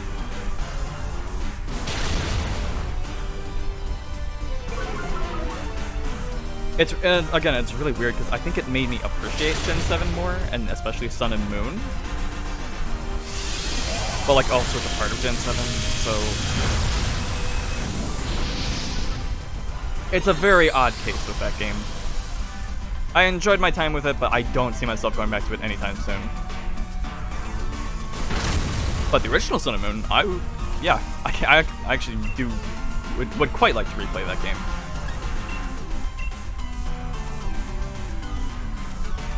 But I guess I'll save that for when I get to that in this stream, maybe.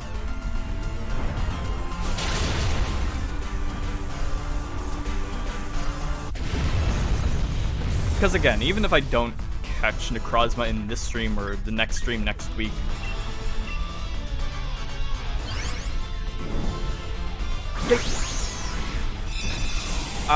it's only going to be this game for this and the next stream for Pokemon. Because after that week, I'll have something coming in the mail. And that's what I'll be doing after this.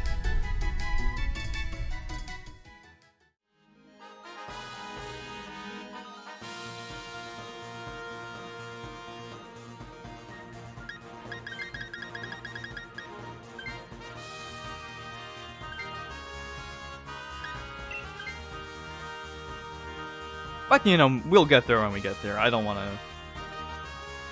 to spoil the surprise. But I think it'll be fun.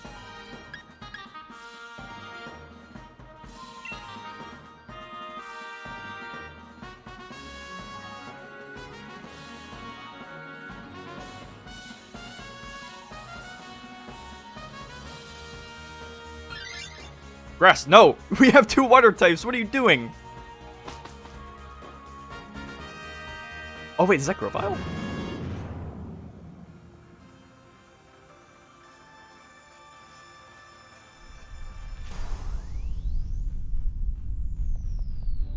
Aw, hell yeah. Love me Grovyle.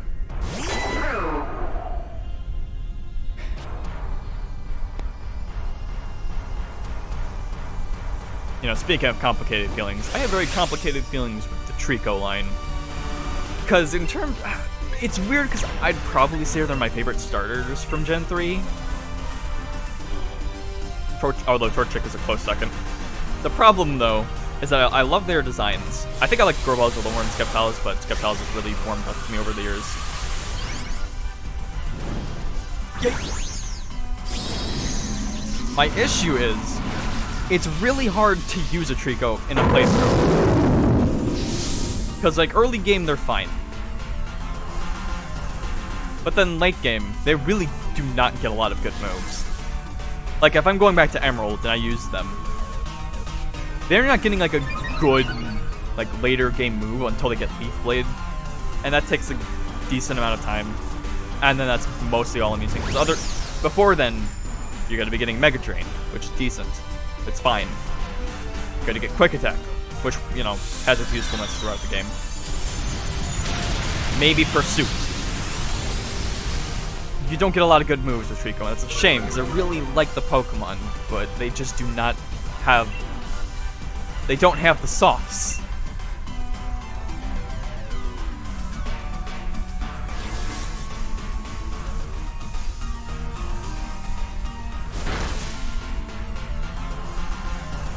Like, they're probably the worst choice in terms of starters that gen. But they're such a cool Pokemon.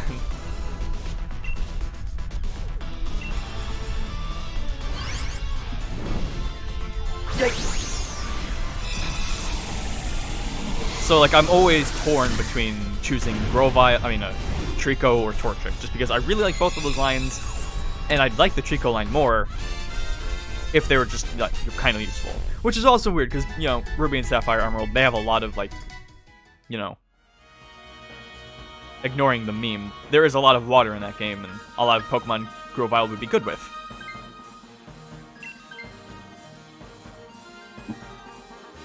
It's just... you really gotta wait it out. You gotta wait till you get Leaf Blade, and even that, it's not, you know... the rest of your team better, you know, also be good.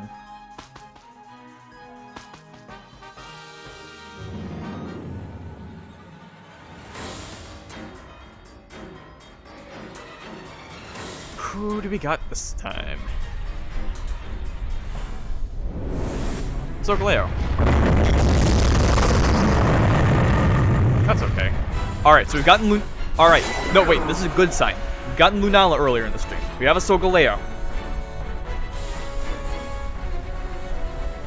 Who is the third main legendary of Gen 7? Necrozma. So if we keep going, then surely we'll find him. This is nothing but a good sign.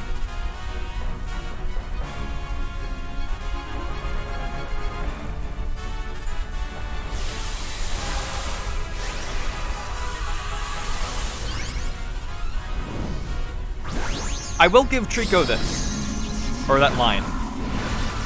They are pretty good in Mystery Dungeon, because certain moves have different like properties and stuff to better suit Mystery Dungeon.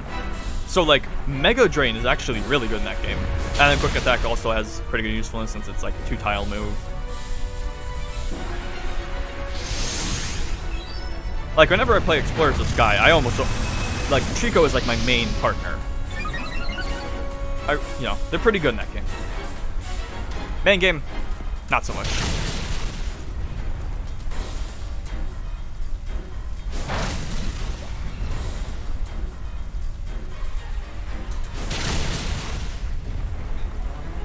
And I mean, you know, you've got your grass types to choose from in Hoenn.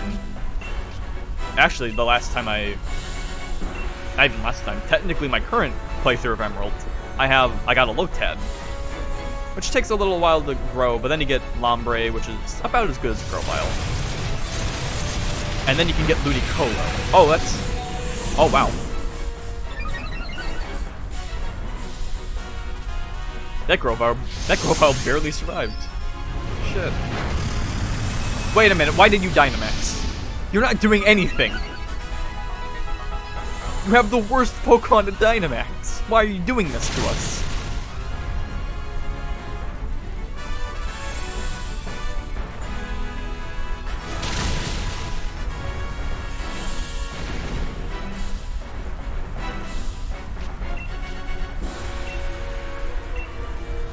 The problem with wanting a Ludicolo in Gen 3, Ruby, Sapphire, Emerald. I don't know if it's the same way in ORAS, but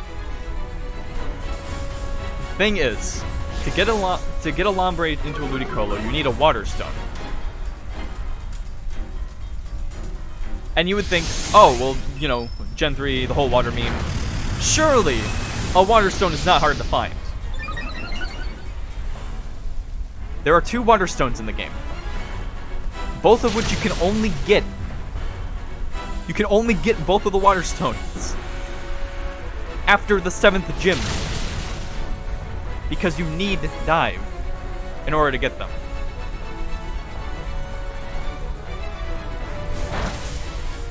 Which means I was stuck with a Lombre up until that point. And then, look, Lombre is not a bad Pokemon. It did me plenty well, but I wanted that Ludicolo.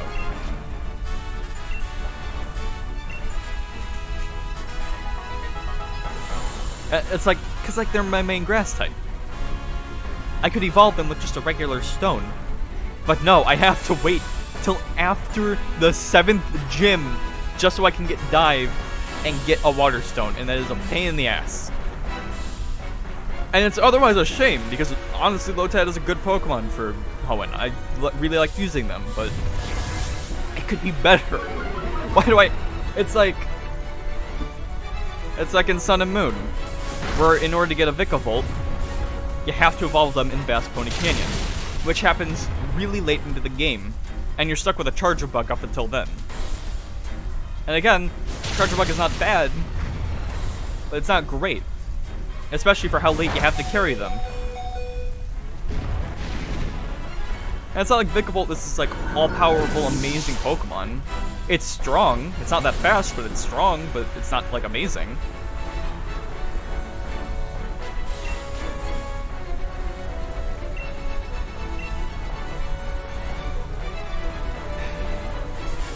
Oh, that's just the gambit you take with Pokemon. Sometimes the team building is going to be a little tricky. I mean, I eventually do get Ludicolo though. Although to be fair, I think that is actually just the point I stopped playing. Because I haven't played Emerald, my Emerald playthrough in like a year and a half, probably longer. Because like I took that and Emerald camping.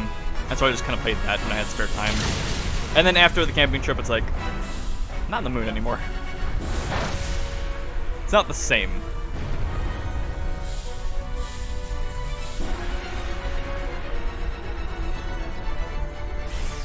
But you know what? Next time I go camping, I'll finish that playthrough.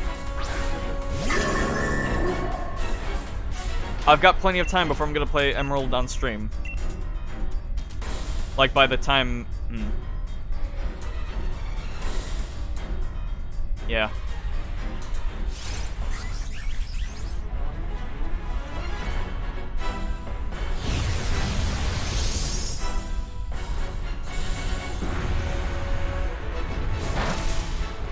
There goes the Politoed.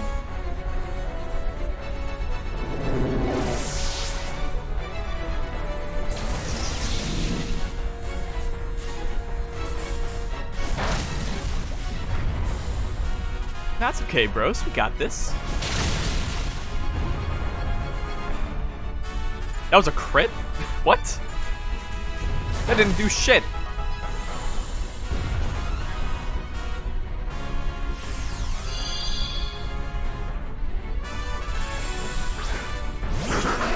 You know, it feels a little weird to be still playing this. Because, like, normally... Because, like, I try not to stream games for too long. Like, I usually just try to stick to around an hour and a half for each game. But, like, this is all I have planned for today, and, you know, I can go for a while for this game. It's just weird, because I've been pretty consistent with swapping games lately.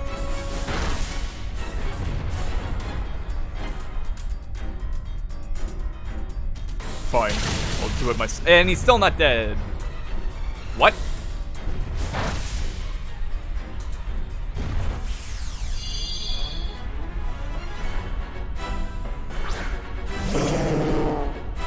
I mean, surely, we'll just have him out.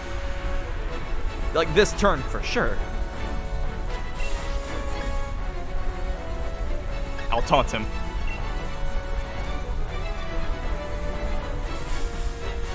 Taunt him, infuriate him. Beat him, and make him humble.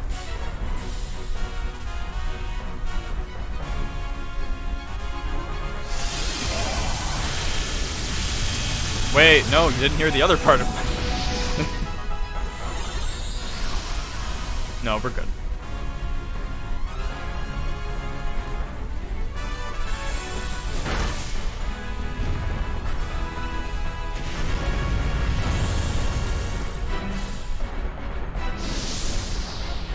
Yeah.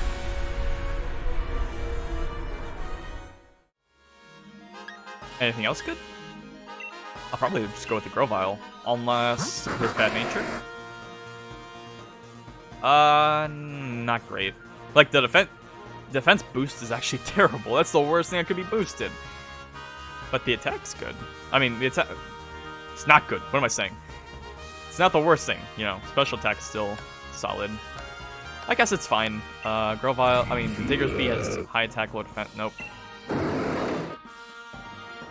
They're both not... They're all not really that good. I'll just take the Grovyle.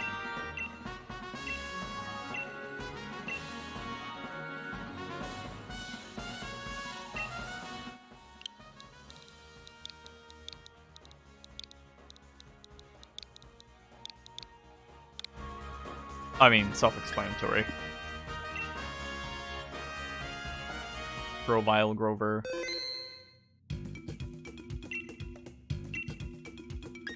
No. Please.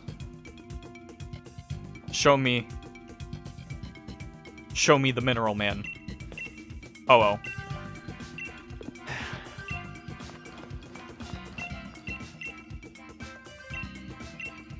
Turns or anything battle. Anything is fine.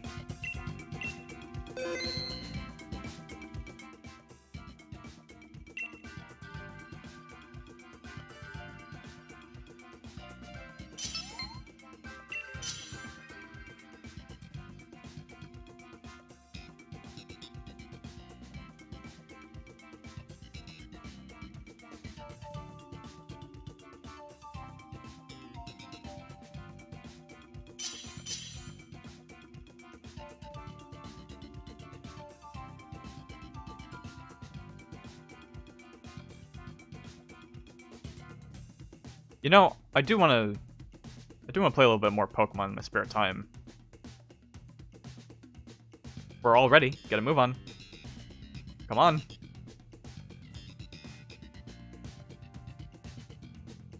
And I did just finish Ultra Sun and Moon though, so maybe I should give it a little bit of time. Plus, I'm currently replaying Zelda Spirit Tracks, and I'm having a good time with that, revisiting it.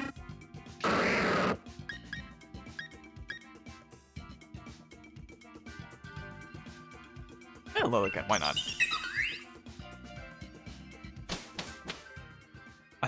I finished the first dungeon in that game, and I'm going to the snow area. That's when the game really starts, because you get the cannon. Dang it, dragon. Oh well.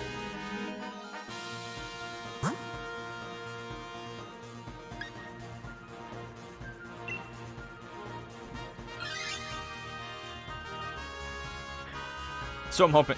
I mean, so far Spirit Tracks has been like sort of simple and easy, but I mean, it's the first dungeon. It's early. It is a DS Zelda game. It should be picking up soon. You know, what with getting the train cannon, more areas. It's a bit awkward playing the game though, because I like playing with headphones or earbuds rather. And when ooh, Pollen Puff. Hell yeah. The trouble, though, is that I have earbuds that have, like, you know, earbuds with a mic. Because for whatever reason, every pair of earbuds have a mic now. I get people use them, but it'd be nice to have some alternate, like, versions without them. But it's like you can't fucking get them anymore. Not like just a casual one. That is a scream right there. But, you know, whatever. So when I have the earbuds plugged in, I have to use that mic as the console mic, and it's fine.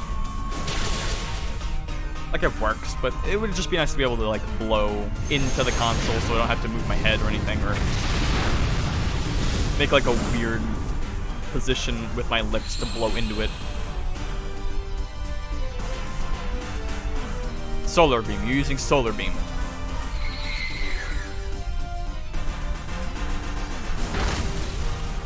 Oh, fair enough. I didn't realize there was a drought.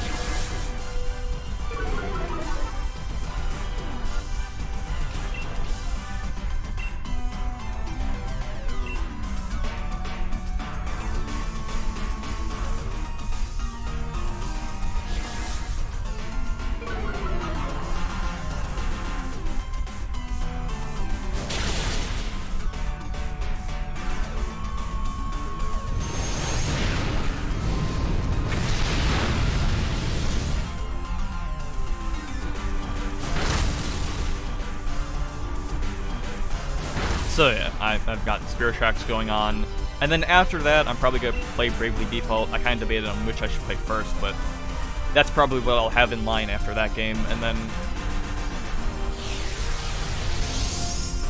And I don't want to start another Pokemon game, because, like...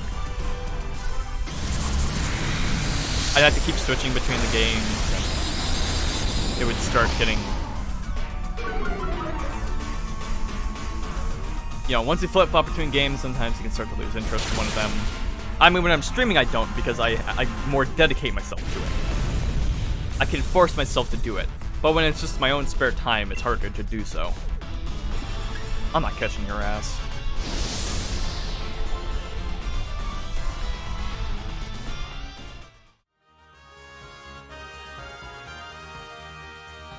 So, I figure just for the moment, I'll keep it nice, keep it simple.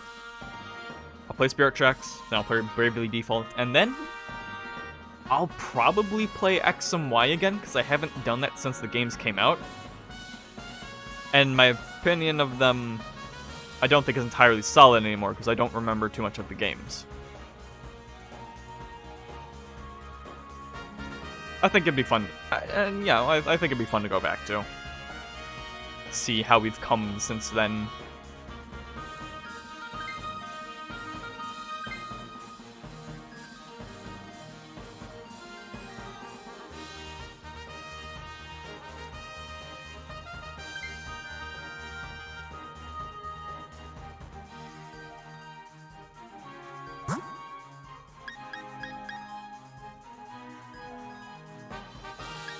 Man, I remember being so excited for X and Y when it was coming out.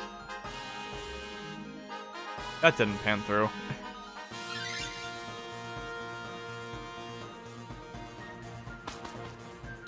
The way I wanted to, at least, you know.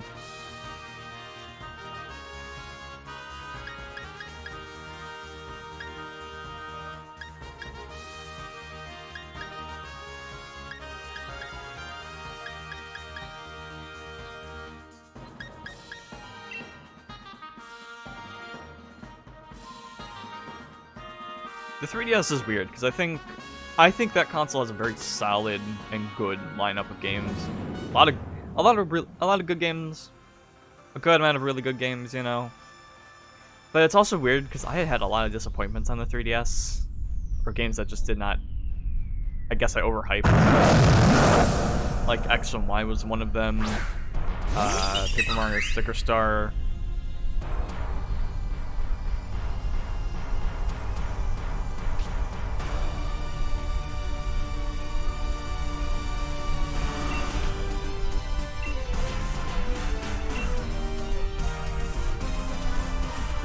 And then other games where I wasn't necessarily... Well, I guess games that I was still disappointed in, but still really liked, like Fire Emblem Awakening, because I did really like that game, but it was a bit overhyped for me. Which is weird to say, because it wouldn't be my personal top 5, but it would be my top 10. But it's also weird, so it's weird saying like one of my top 10 3DS games was like disappointing, you know?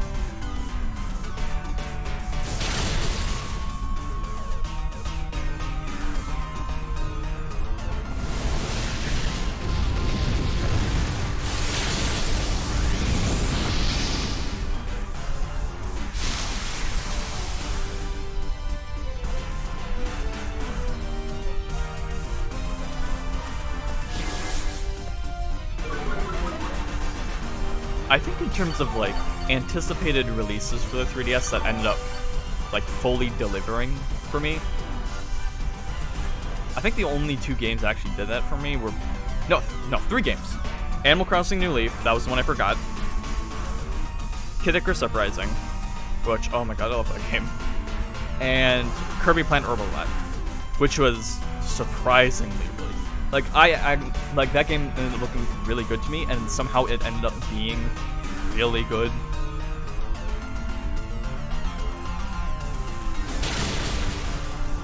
The soundtrack let me down a little bit because on the one hand it's a really good soundtrack. On the other hand, it wasn't quite Triple Deluxe level because Triple Deluxe's soundtrack. Oh my god, it's so good. Yay! And compared to that, it's not as good, but it's still pretty good. A lot of good singular tracks. Plus, like, everything else about the game. Almost everything else about the game was, like, Planet Robot is such a good Kirby game. Such a good platformer.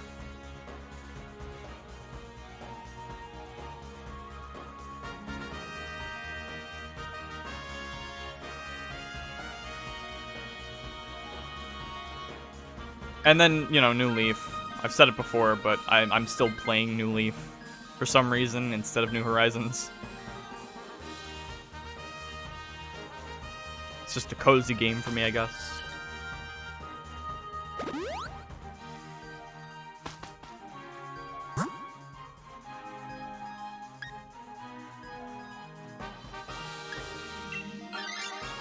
What? Guys, no, we could have went left and gotten another item. Why are we fighting Machoke? We have 2 grass types. It was a Palpitoad. Palpatine has returned.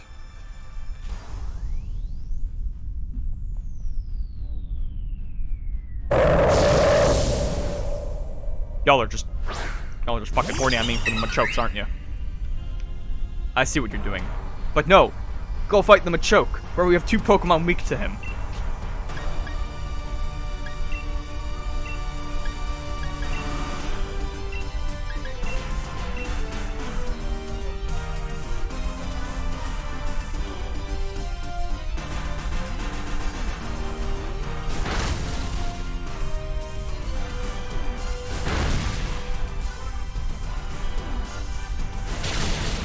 Alright. Fair enough, we do have an Executor. He is Psychic type. But I mean, he's also Grass type, which would have been even better against Palpitoad.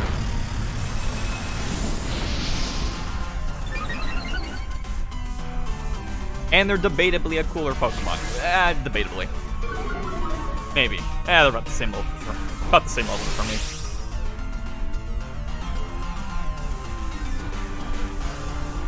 If I didn't want to just get a move on with this whole... No, actually, I had to stick with Petal Dance anyway.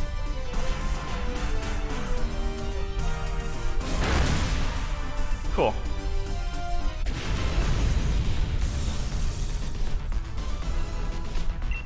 If I didn't just want to get a move on, and I had the ability to, I would have just Dynamaxed to spike your ass. Yeet! And make this take longer than it needed to.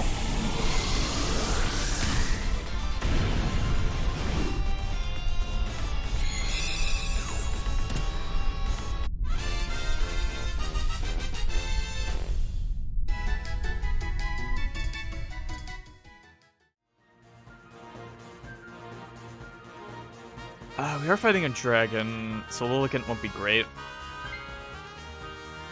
I mean, if they want it, they can have it. At the very least, I can still heal with Pollen Puff.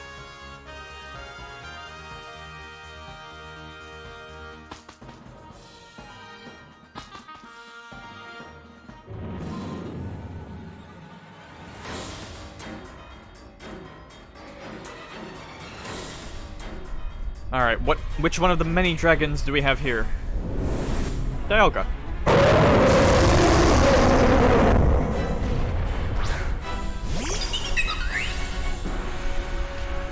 Yeah, I'm absolutely screwed here. I'll just heal when I can. Maybe use a light screen.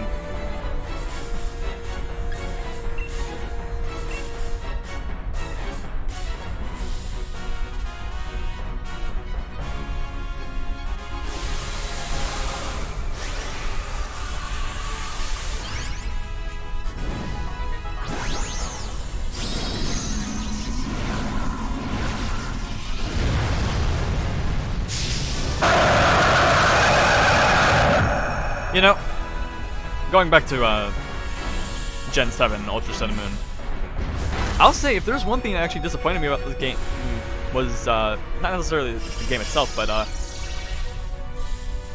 the character clothes you could get in that game.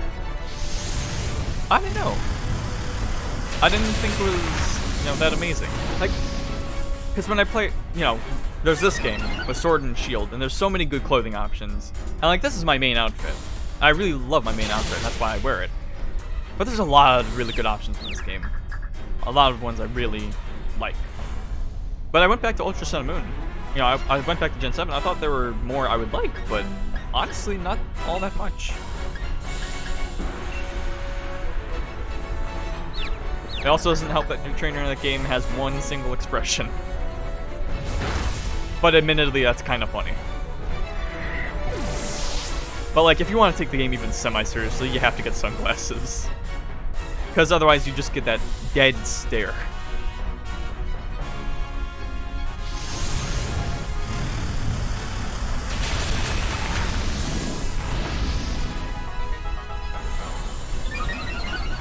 But actually, you know what? With how the story ended up going in Ultra Sun and Moon, I probably should have just had a blank stare. But you never know, you know.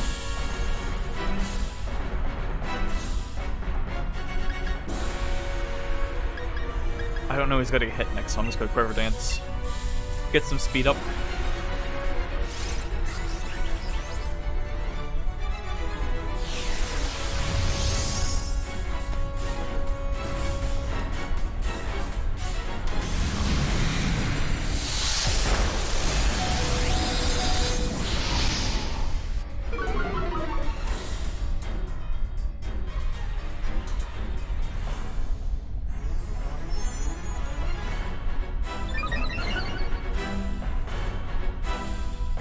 These are some really interesting dips in connection I'm seeing on OBS. Don't know why they could be happening. Computer's running just fine. I mean, I'm not losing connection in-game. No sort of lag there. It's very interesting development I'm seeing.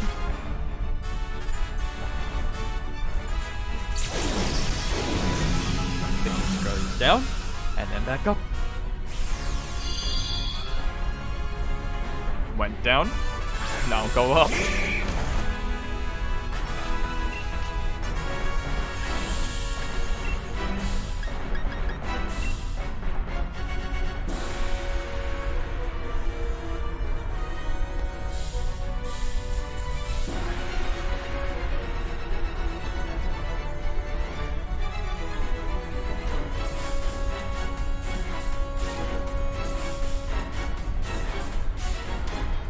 You know, this monitor I have is so convenient. I can just easily switch between the game and my desktop whenever I need to check anything.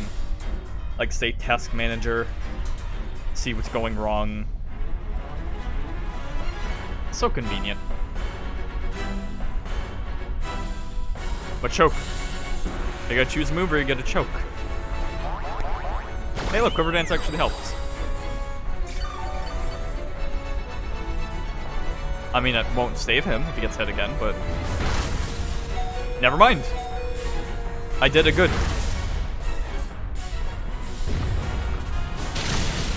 Yeah, no, I mean, it's not... It can't be my computer. Like, my CPU is running at 10%. My memory's at, like, 22. Like, it's probably just shitty internet, because I'm on, like, Comcast or whatever. Actually, wait, what internet am I on?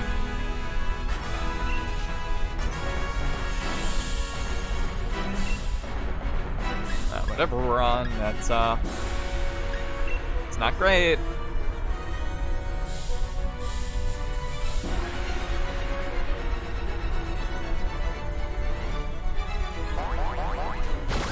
Oh yeah, no, just keep doing that dip. Although this is interesting, because it's not like, I wouldn't think this is a stream-specific thing, I think it's just a thing with the internet.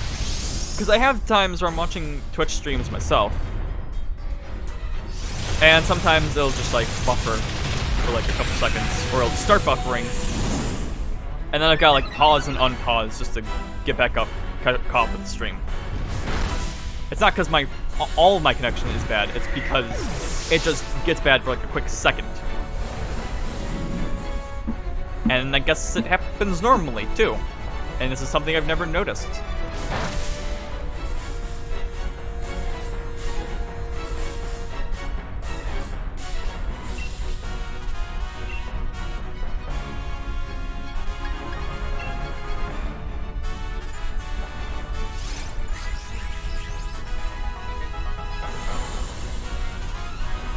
Oh, hey, reflect. Cool. Yes, give me the dip. Dip that connection. And like a nice cheese sauce. Yes!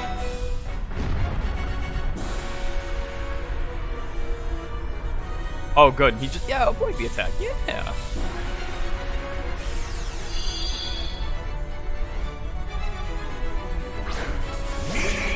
Alright, so we're probably not doing this, but that's fine. I don't need a Dialga.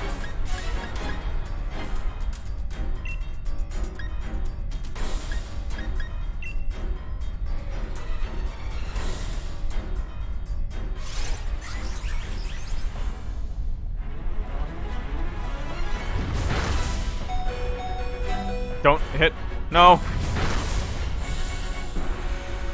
Well. That's a rip and a half.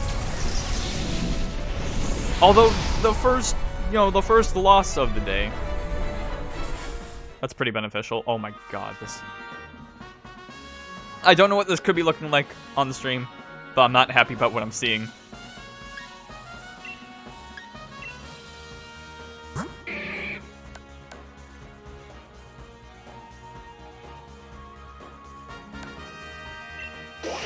And neither of these are good either.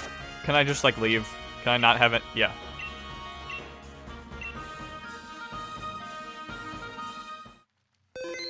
Alright.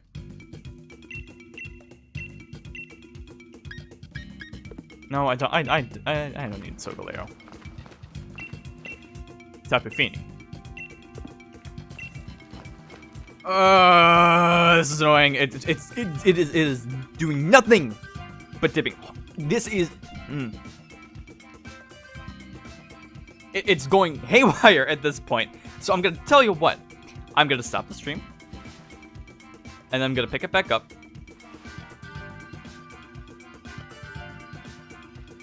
And then we're gonna see what happens.